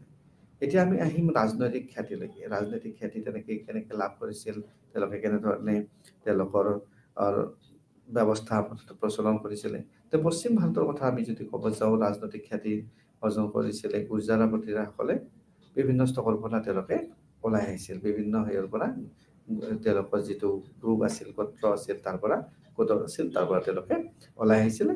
আৰু তেওঁলোকে যিটো এনচেষ্ট্ৰেল পৈতৃক তেওঁলোকৰ সেই আছিলে, ব্যৱস্থা আছিল, বিভিন্ন শিলালিপিত উল্লেখ কৰা হৈছে। তাত কিন্তু তেওঁলোকৰ পৈতৃক তেওঁলোকে সন্মান কৰিছিলে। বিভিন্ন ধৰণে তেওঁলোকে এই শিলালিপিৰ পৰা উল্লেখ পোৱা যায়। তো আৰু এটা গোত্ৰৰ সাৰ্বভৌমত্ব বা শাসক পৰিয়ালৰ এটা সন্মানীয় বংশাৱলীৰ যে এটা প্ৰৱণতা আছিল, এই গোত্ৰসমূহত সাৰ্বভৌমত্ব বা শাসক পৰিয়ালৰ তেওঁলোকে যে এটা সন্মানীয় বংশাৱলী আছিলে, তাৰ এটা প্ৰৱণতা আছিলে। তাত তেওঁলোকে প্ৰমাণ কৰিবলৈ তেওঁলোকে যত্ন কৰিছিলে। আৰু এনে লাগে যে সংশ্লিষ্ট সামাজিক স্থিতিত এক নিৰ্দিষ্ট সম্পৰ্ক ৰাজনৈতিক খ্যাতিৰ এটা আন্দোলনৰ মাজতে তাত বিদ্যমান আছিল। তাত সুন্দৰভাৱে তেওঁলোকে সামাজিক স্থিতি এটা তেওঁলোকে সম্পৰ্ক ৰক্ষা কৰি পেলাই তেওঁলোকৰ যিটো ৰাজনৈতিক খ্যাতি এটা ৰিভলিউচনৰ জৰিয়তে তেওঁলোকে তাত বিদ্যমান কৰিছিলে, তেওঁলোকে বিস্তাৰ কৰিছিলে, তেওঁলোকে তাত সম্পৰ্ক স্থাপন কৰিছিলে, তাত ৰাজনৈতিক প্ৰভাৱ তেওঁলোকে বিস্তাৰ কৰিবলৈ তেওঁলোকে মানে সক্ষম হৈছিলে। তাত এটা ষ্টেটাছ, ছ'চিয়েল ষ্টেটাছ এটা তেওঁলোকে মেইনটেইন কৰিছিলে।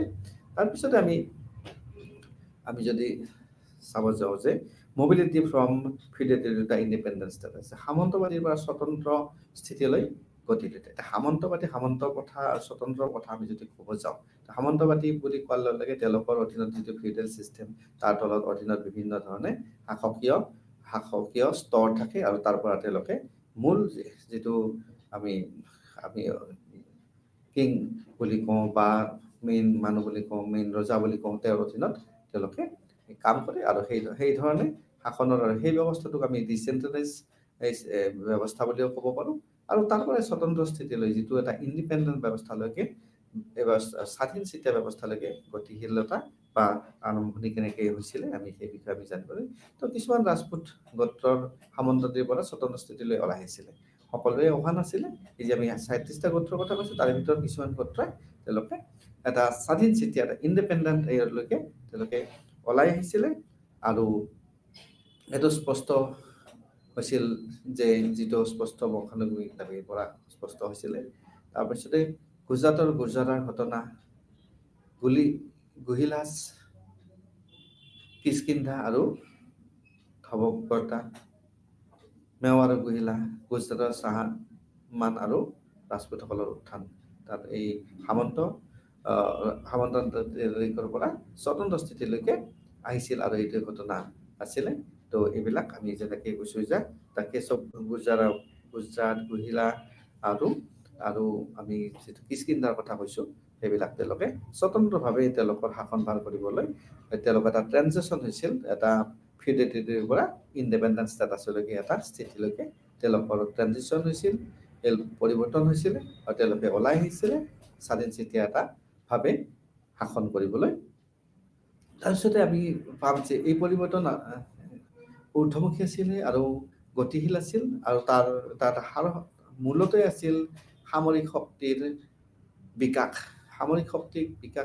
সামৰিক মূল কথাটোৱে হৈছে সামৰিক শক্তি যিমানেই সবল হ'ব, যিমানেই শক্তিশালী হ'ব, যিমানেই তেওঁলোকৰ হাতত থাকিব, তেওঁলোকৰ পৰিৱৰ্তন গতিধাৰা বা বিকাশ নিশ্চিতভাৱে আগবাঢ়িব আৰু ফলপ্ৰসূ হ'ব।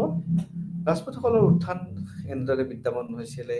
তেওঁলোকৰ ৰাজনৈতিক গাঁথনি একেবাৰে এনেকুৱা আকস্মিক নহয়, এইটো এটা প্ৰক্ৰিয়াগত, ক্ৰমান্বয়ে গ্ৰেজুৱেলি তাত ডেভেলপ হৈছে। এনেকুৱা নহয় যে এদিনতে ৰাজপুতসকলৰ উত্থান হৈছিল, তেনেকুৱা নহয়। পদানুক্ৰমিক তেওঁলোকৰ ৰাজনৈতিক উত্থান হৈছিলে আৰু এনেদৰে তেওঁলোকে শাসন কৰিবলৈ সক্ষম হৈছিলে। এতিয়া আহিম আমি ভূমি বিতৰণ প্ৰণালী। তাত ভূমিবিলাক কেনেধৰণে বিতৰণ কৰা হৈছিলে, কেনেকৈ ডিষ্ট্ৰিবিউশ্যন হৈছিলে, অধিকাৰ দিব পাৰিছিলে, তাত কিবা খাজনাৰ কৰ কাটলৰ ব্যৱস্থা আছিল নেকি, এই ভূমিৰ মালিকী স্বত্ব কেনেকৈ আনলৈকে পৰিৱৰ্তন কৰিব পৰা গৈছিল, এইটো বংশানুক্ৰমিক আছিল নেকি, এই সকলো কথা আমি এইখিনি কথাৰ পৰা আমি জানিব পাৰোঁ। তো ভূমি বিতৰণ প্ৰণালীৰ ক্ষেত্ৰত আমি ক'ব খুজিছোঁ যে আগতীয়াকৈ উদ্ভৱ ভূমি বিতৰণ আৰু আঞ্চলিক প্ৰণালী প্ৰক্ৰিয়াত ৰাজপুতসকলৰ অৰ্থনীতিৰ স্তৰ কিছুমান নতুন বৈশিষ্ট্যৰ সৈতে সম্পৰ্কিত আছিল। এতিয়া অৰ্থনীতি এখন ৰাজ্যৰ বৰ্তমান হওক বা অতীতত হওক এটা অঞ্চলৰ অৰ্থনৈতিক স্থিতি যদি উন্নত হ'ব লাগে তাৰ কাৰণে তাত কৰ কাটলৰ ব্যৱস্থা হ'ব লাগিব। যিহেতু আগত তেনেধৰণৰ বিশেষ উদ্যোগ বা বেলেগ ধৰণৰ ব্যৱস্থা নাছিল, কৃষিৰ ওপৰতে মানুহ নিৰ্ভৰশীল আছিল আৰু কৃষিৰ পৰাই যিয়ে খেতি কৰিছিলে, যিয়ে তাত মাটি ব্যৱহাৰ কৰিছিলে, তাৰ পৰা যিবিলাক কৰ কাটল দিবলগীয়া আছিল সেয়েৰে ৰজাৰ শাসন ব্যৱস্থা চলিছিলে। সেইটো শ্ৰমৰ বিনিময়ত হ'ব পাৰে, সেইটো বস্তুৰ বিনিময়ত হ'ব পাৰে আৰু পৰৱৰ্তী সময়ত টকাৰ বিনিময়তো প্ৰৱৰ্তন হৈছিলে। আৰু ৰাজনীতি তেওঁলোকৰ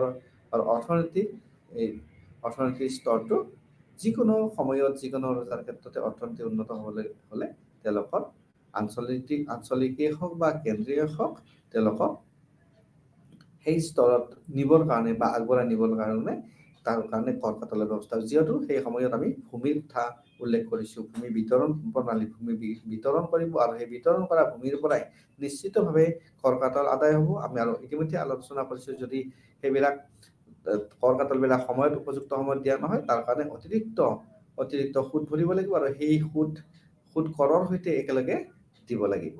তো তেনেধৰণে তেওঁলোকৰ শাসন ব্যৱস্থা চলাবৰ কাৰণে, অৰ্থনৈতিক উন্নতি কৰিবৰ কাৰণে বিভিন্ন ব্যৱস্থা হাতত লোৱা হৈছিলে। ভূমি বিতৰণৰ এটা বিশেষ বৈশিষ্ট্য আছিল যে ৰাজকীয় আত্মীয়সকলৰ মাজত ভূমি যিটো অধিকাৰ বা স্থান, এই ৰাজস্থানত সেই সময়ত অধিক দেখা গৈছিলে।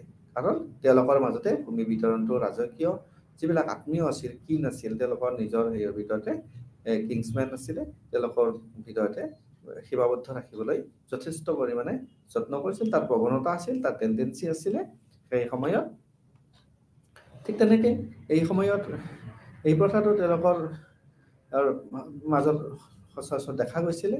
আৰু তাৰে ভিতৰতে আমি যদি কওঁ প্ৰতিহাৰা, চাহামানা আৰু কুহিলা গোত্ৰ, এইকেইটা যি গোত্ৰ আছে, এইকেইটাৰ মাজতে সচৰাচৰ ভূমি বিতৰণৰ প্ৰক্ৰিয়াটো তেওঁলোকে চলাই গৈছিল। তো এনে ভূমিৰ কামবোৰো আছিল বংশানুগমিক প্ৰকৃতিৰ। ভূমি যিবিলাক ইজনৰ পৰা সিজনলৈকে উত্তৰাধিকাৰী সূত্ৰে বুলি যিহেতু বংশানুক্ৰমিক কৈছোঁ, তেনেকে তেওঁলোকে অধিকাৰবিলাক লাভ কৰিছিল।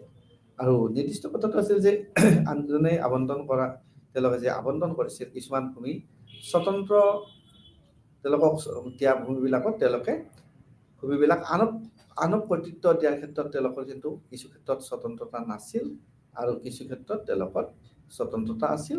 আৰু প্ৰয়োজনত তেওঁলোকে ৰজাৰ পৰা অনুমোদন লৈ বা ৰজাৰ ওপৰত নিৰ্ভৰশীল হ'বলগীয়া হৈছিল আৰু তেওঁলোকে ভূমি আনক তেনেধৰণে দিব পাৰিছিল, ৰজাৰ অনুদান লৈ পেলাই। আৰু কিছুমান ক্ষেত্ৰত তেওঁলোকে অনুদান অবিহনেও ৰজাৰ কিছুমান তেওঁলোকে আনক হস্তান্তৰ কৰিব পাৰিছিল। এতিয়া মূল কথাটো হৈছে, আমি গোটেইখিনি কথা বুজি পালোঁ। এতিয়া কথা হ'ল কি যে এটা সুন্দৰভাৱে নিজক সুৰক্ষা দিবৰ কাৰণে মিলিটাৰী ব্যৱস্থাৰ প্ৰয়োজন, তাৰ কিছুমান দুৰ্গৰ প্ৰয়োজন, যিটো আমি ফৰ্টিফিকেশ্যন বুলি কৈছোঁ, সেইবিলাকক ৰক্ষা কৰিবৰ কাৰণে বা বিভিন্ন ৰাজনৈতিকভাৱে হওক বা বিভিন্ন ধৰণে আধিপত্য বিস্তাৰ কৰিবৰ কাৰণে দুৰ্গৰ প্ৰয়োজন। আৰু ৰাজপুত গোত্ৰবোৰক যিটো ৰক্ষণাবেক্ষণ দিবৰ কাৰণে, তেওঁলোকে সামৰিক শক্তিশালী কৰিবৰ কাৰণে তেওঁলোকে এইবিলাক নিৰ্মাণ কৰিছিল, তেওঁলোকে তাত তত্বাৱধান কৰিছিল। আৰু এইবিলাকেই হৈছে তাৰ মুখ্য বৈশিষ্ট্য।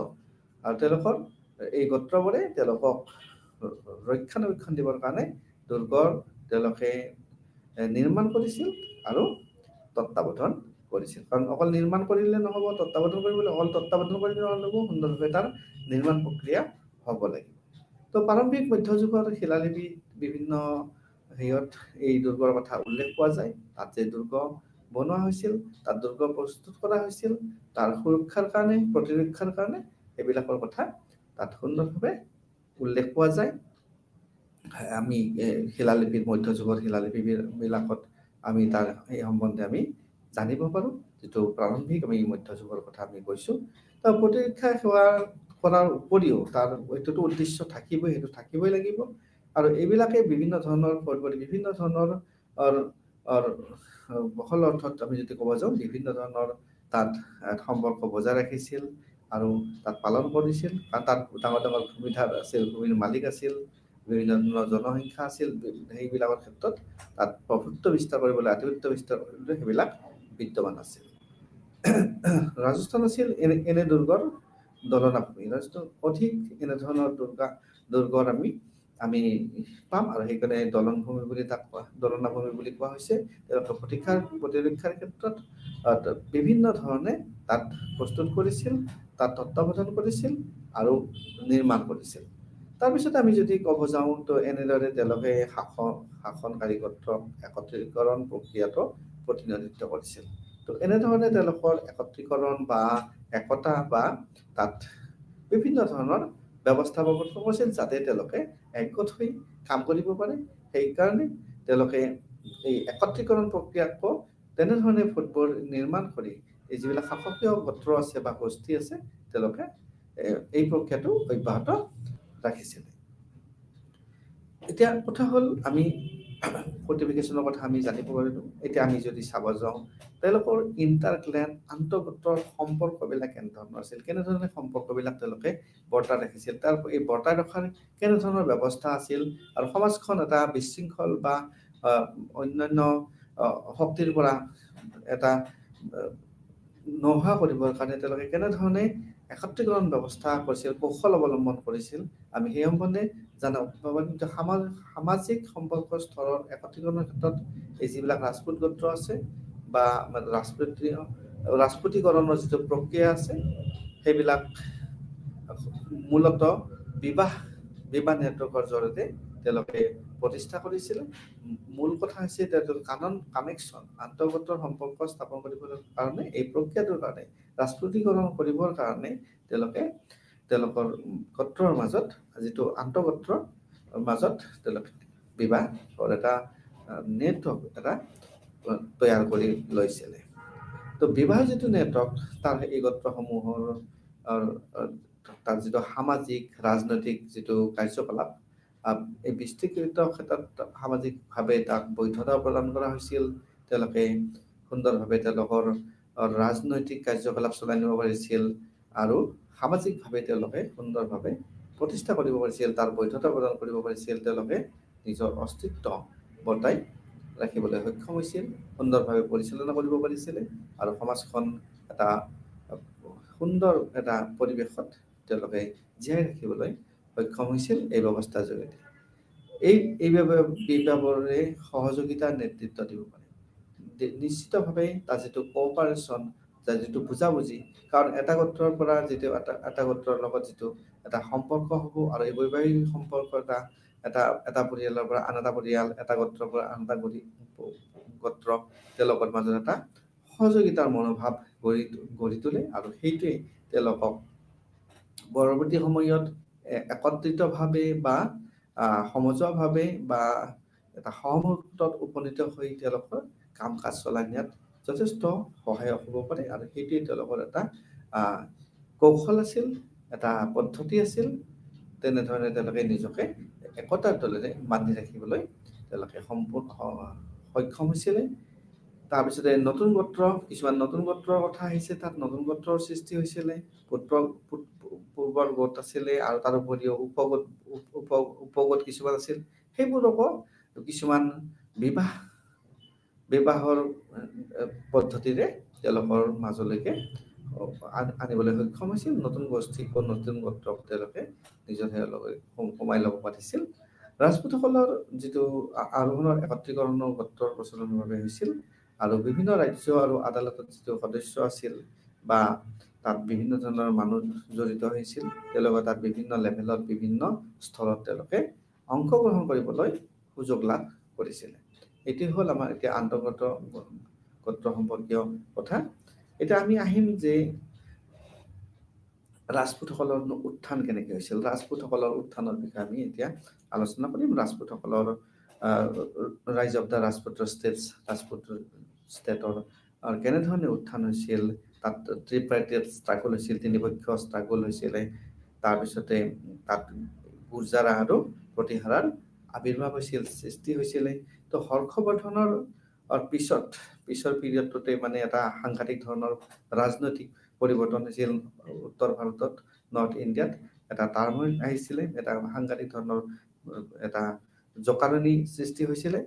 আৰু কনৌজই আছিলে হৰ্ষৰ মূল এটা জেগা, য'ত নেকি একদম তাত এটা কণ্টেনশ্যন হিচাপে আছিলে। তাত প্ৰত্যেকটো পলিটিকেল পাৱাৰত চবৰে চকু তাত এটা দখল কৰিবৰ কাৰণে সকলোৰে চকু আছিলে এই কনৌজৰ ওপৰত হৰ্ষৰ হৰ্ষৰ পিৰিয়ডৰ পিছত। তো তাত আমি মূলতঃ তিনিটা ট্ৰিপাৰ্টিয়েট ষ্ট্ৰাগল বুলি কৈছোঁ। তাৰ ভিতৰত তিনিটা শক্তিৰ কথা আমি উল্লেখ কৰিব পাৰোঁ। আৰু সেই তিনিটা শক্তিয়ে হৈছে গুৰ্জাৰা, প্ৰতিহাৰা, পালছ আৰু ৰাষ্ট্ৰকূটসকল। গুৰ্জাৰা, প্ৰতিহাৰা, তাৰপিছতে আহিছে পালসকল আৰু ৰাষ্ট্ৰকূটসকল। তেওঁলোকৰ প্ৰত্যেকৰে চকু আছিল সেই অঞ্চলত। আৰু ফলস্বৰূপে এই ষ্ট্ৰাগলৰ ফলস্বৰূপে তাৰ এটা যদিও এটা নিৰ্ণায়ক ভূমিকা পালন কৰিব পৰা হোৱা নাছিল, টেম্পৰাৰিলি মানে সাময়িকভাৱে হ'লেও তাত প্ৰতিহাৰাসকলৰ ৰজা নৱভট্টই তাত তেওঁলোকৰ কনৌজক তেওঁলোকে অষ্টম শতিকাত তেওঁলোকৰ অধীনত সংযোজন কৰিবলৈ সক্ষম হৈছিল। আৰু ঠিক তেনেকৈ প্ৰতিহাৰাসকলে তেওঁলোকে এটা সুপ্ৰিম পাৱাৰ নৰ্থ ইণ্ডিয়াত তেওঁলোকে এটা এই কনৌজৰ জয়ৰ যোগেদি তেওঁলোকে সুপ্ৰিম পাৱাৰ এটাত উপনীত হ'বলৈ সক্ষম হৈছিল। আৰু ইয়াৰ ফলতে কি হৈছিল, প্ৰতিহাৰা কিংসকলৰ মাজত বিভিন্ন ধৰণৰ পাৱাৰ তাৰ ঘৰুৱাভাৱে তেওঁলোকৰ ফেমিলিৰ মাজত বিভিন্ন ধৰণে তাৰ প্ৰভাৱ পৰিছিলে। আৰু এই যিটো ট্ৰাইংগল ষ্ট্ৰাগল বুলি কৈছোঁ, শেষ হোৱা নাছিল, কিন্তু বহুত সময়লৈকে শেষ হোৱা নাছিল, তাত চলি আছিলে। আৰু ফলত আমি দেখিবলৈ পাইছোঁ যে টেম্পৰাৰী যদিও ছাকচেছ হৈছিলে তাত গুৰ্জাৰা, প্ৰতিহাৰাসকলে, কিন্তু তাত কণ্টিনিউলি তাত এই ছাকচেছনৰ কাৰণে নাগাভট্টই তাত পুৰা ধৰণে তেওঁৰ অধীনত আনিবৰ কাৰণে তেওঁলোকে অস্থায়ীভাৱে হ'লেও কিন্তু তেওঁলোকৰ অব্যাহত ৰাখিছিলে। আৰু তেওঁৰ উত্তৰাধিকাৰী ভজা তেওঁৰ নাতি আছিলে। আৰু তেওঁৰ এই যিটো প্ৰতিহাৰাসকলৰ যিটো শক্তি, তেওঁৰ মানে সেই সময়ত একত্ৰীকৰণ কৰিছিলে। আৰু তেওঁৰ যিটো এটা প্ৰভাৱ আছিলে, তেওঁৰ কৰ্তৃত্ব পুনৰুদ্ধাৰ কৰিব পাৰিছিলে। আৰু তেওঁলোকৰ প্ৰভুত্ব বা গুৰ্জাৰা ভূমি তেওঁলোকে তাত প্ৰতিষ্ঠা কৰিবলৈ তেওঁলোকে সক্ষম হৈছিলে। আৰু এইটোৱে এটা তেওঁলোকৰ ৰাজপুতসকলৰ উত্থানৰ এটা বিষয় বুলি আমি ক'ব পাৰোঁ। তেওঁলোকে বিভিন্ন ধৰণে ত্ৰিপাৰ্টিত তিনিপক্ষ আৰু ষ্ট্ৰাগলৰ মাজেৰে আহি পেলাই তেওঁলোকে কনৌজৰ দখল কৰি তেওঁলোকৰ অধীনত আনি এই নাগাভট্টৰ দিনত আৰু তেওঁৰ উত্তৰাধিকাৰীয়ে এই ভজাই যথেষ্ট ধৰণে তেওঁ একত্ৰীকৰণৰ কাৰণে তেওঁৰ শক্তি দেখাবৰ কাৰণে যথেষ্ট যত্ন কৰিছিলে। আৰু তেওঁ তেওঁৰ কৰ্তৃত্ব পুনৰুদ্ধাৰ কৰিবলৈ সক্ষম হৈছিলে। আৰু তেওঁলোকৰ যিটো পৰিয়ালৰ আধিপত্য পুনৰ তেওঁ প্ৰতিষ্ঠা কৰিছিলে। অষ্টম শতিকাৰ আৰম্ভণিতে গুৰ্জাৰা, প্ৰতিহাৰাসকলে উজ্জয়িনীত তেওঁলোকৰ ক্ষমতাৰ আসন স্থাপন কৰিছিল। আৰু প্ৰথমে তেওঁলোকে তাত প্ৰসিদ্ধি লাভ কৰিছিল। সেইটো এটা পশ্চিম মালৰ অঞ্চল আছিল। আৰু তাত এটা মুখ্য নগৰ আছিল। আৰু সেইটোৱে আছিল এটা ৰাজনৈতিক কেন্দ্ৰ হিচাপে তাত প্ৰতিষ্ঠিত আছিলে। সুন্দৰভাৱে তেওঁলোকে পশ্চিম মালবাৰৰ যিবিলাক মুখ্য অঞ্চল আছিল, নগৰ আছিল, ৰাজনৈতিক কেন্দ্ৰ আছিলে। আৰু তেওঁলোকে তাত প্ৰসিদ্ধি লাভ কৰিছিল। আৰু দশম শতিকাৰ প্ৰতিহাৰা ৰাজবংশে তেওঁলোকৰ নিজৰ সামন্ততান্ত্ৰিকৰ পথ মুকলি কৰিছিল। তেওঁলোকৰ যিবিলাক মুৰব্বী আছিল, নিজকে তেওঁলোকে স্বতন্ত্ৰ হিচাপে ঘোষণা কৰিব বিচাৰিছিল। তেওঁলোকৰ শক্তি প্ৰদৰ্শন কৰিব বিচাৰিছিল। চালুকিয়াছ, চান্দেলাছ বা চামানা, গোহাদাৱালা বা পাৰামাৰাছ, কালাচুৰী আৰু গুহিলা, এই সকলোবোৰে বিভিন্ন অঞ্চলত গুৰ্জাৰা, প্ৰতিহাৰাসকলৰ সামন্ততান্ত্ৰিক প্ৰধান আছিল। যিহেতু আমি বিভিন্ন ধৰণৰ সামন্ততান্ত্ৰিক ব্যৱস্থাৰ কথা কৈছোঁ। আৰু এনেদৰে তেওঁলোকে নিজৰ অঞ্চলত পৃথক তেওঁলোকৰ বিভিন্ন গোত্ৰ লৈ পেলাই ৰাজপুতসকলে তেওঁলোকে স্বাধীন হৈছিল। তেওঁলোকৰ শাসনভাৰ চলাই নিবলৈ সক্ষম হৈছিল। তো আমি এতিয়া এইটো কথাই গম পালোঁ যে গুৰ্জাৰা, প্ৰতিহাৰাসকলৰ যিটো যিটো তেওঁলোকৰ অধীনলৈকে নিছিলে, তেওঁলোকৰ শাসনভাৰ চলাই নিবলৈ পাৰিছিলে, আৰু ঠিক তেনেকৈ ৰাজপুতসকলে তেওঁলোকৰ আধিপত্য বিস্তাৰ কৰিবলৈ সক্ষম হৈছিলে।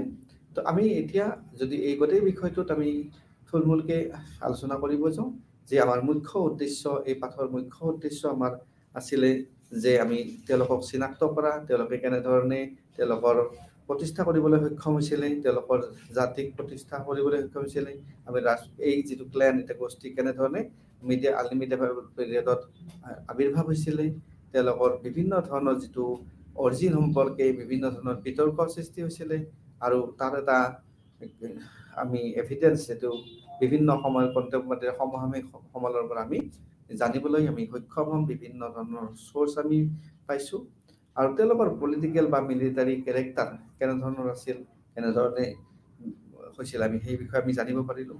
তো আমি আৰম্ভণিতে চেন্ট্ৰেলাইজ বা ডিচেন্ট্ৰেলাইজেশ্যনৰ কথা আমি গম পালোঁ। তাৰপিছত আমি ষ্টেট ফৰ্মেশ্যন বা structure of polity, nature of power, political কণ্ট্ৰলৰ কথা আমি জানিব পাৰিলোঁ। তাৰপিছতে যে এই ৰাজপুত শব্দটো যে আমি ক'ৰ পৰা আহিছে, সংস্কৃত শব্দৰ পৰা যে আহিছে, আমি তাৰ পৰা আমি বিষয় জানিব পাৰিলোঁ। বানৱটৰ হৰ্ষচৰিতত কেনেধৰণে এইবিলাক কথাত উল্লেখ কৰা আছে, আমি সেই বিষয়ে জানিলোঁ। বা আমি কলাখনৰ ৰাজতৰঞ্জনীত যে ৰাজপুত্ৰসকলৰ কথা উল্লেখ কৰা আছে, তেওঁলোকক যে কেৱল লেণ্ডলৰ্ড বুলি কোৱা হৈছে, সেই কথাটো আমি এই পাঠটিৰ পৰা আমি জানিব পাৰিলোঁ। তাৰপিছত আমি ৰাজপুত্ৰসকলৰ যে মিলিটাৰী চিফ হিচাপে তেওঁলোকে কেনেধৰণে এই কাম কৰিছিল, তেওঁলোকৰ মিলিটাৰী কেৰেক্টাৰ বা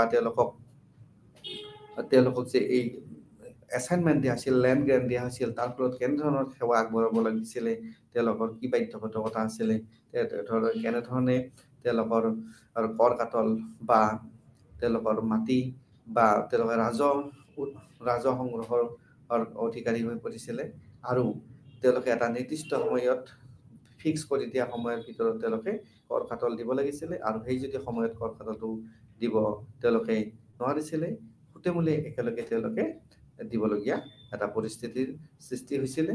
তাৰপিছতে আমি এই পাঠটিত আৰু এতিয়া যদি আমি সামৰণি হিচাপে আমি ক'ব যাওঁ, যে ৰাজপুতসকলৰ ল'ৰা বা ৰাজপুত্ৰসকলে কেনেধৰণে তেওঁলোকে শাসনভাৰত অংশগ্ৰহণ কৰিছিলে, কোনোবাই গভৰ্ণৰ হিচাপে কাম কৰিছিলে, তেওঁলোকৰ কোনোবাক চিল দিয়া হৈছিলে, কোনোবাক তেওঁলোকৰ ভূমি অধিকাৰ দিয়া হৈছিলে।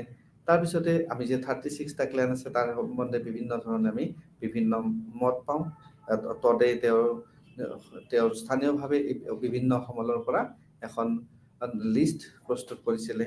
তাৰপিছত আমি যদি চাব যাওঁ যে যিটো অৰিজিন, ৰাজপুতৰ যে অৰিজিন, যে অগ্নিকুণ্ডৰ পৰা যে তেওঁলোকৰ সৃষ্টি হৈছিল, তাৰ বিভিন্ন ধৰণৰ বিতৰ্কৰ কথা আমি পাব পাৰোঁ। বিভিন্ন ধৰণৰ যজ্ঞৰ সময়ত যেতিয়া তেওঁলোকৰ বাধা দিয়া হৈছিল, দৈত্যবিলাকে বাধা দিয়া হৈছিল, আৰু তিনি ধৰণৰ তেওঁলোকে যোদ্ধাৰ সৃষ্টি কৰিছিলে, আৰু সেইকেইটা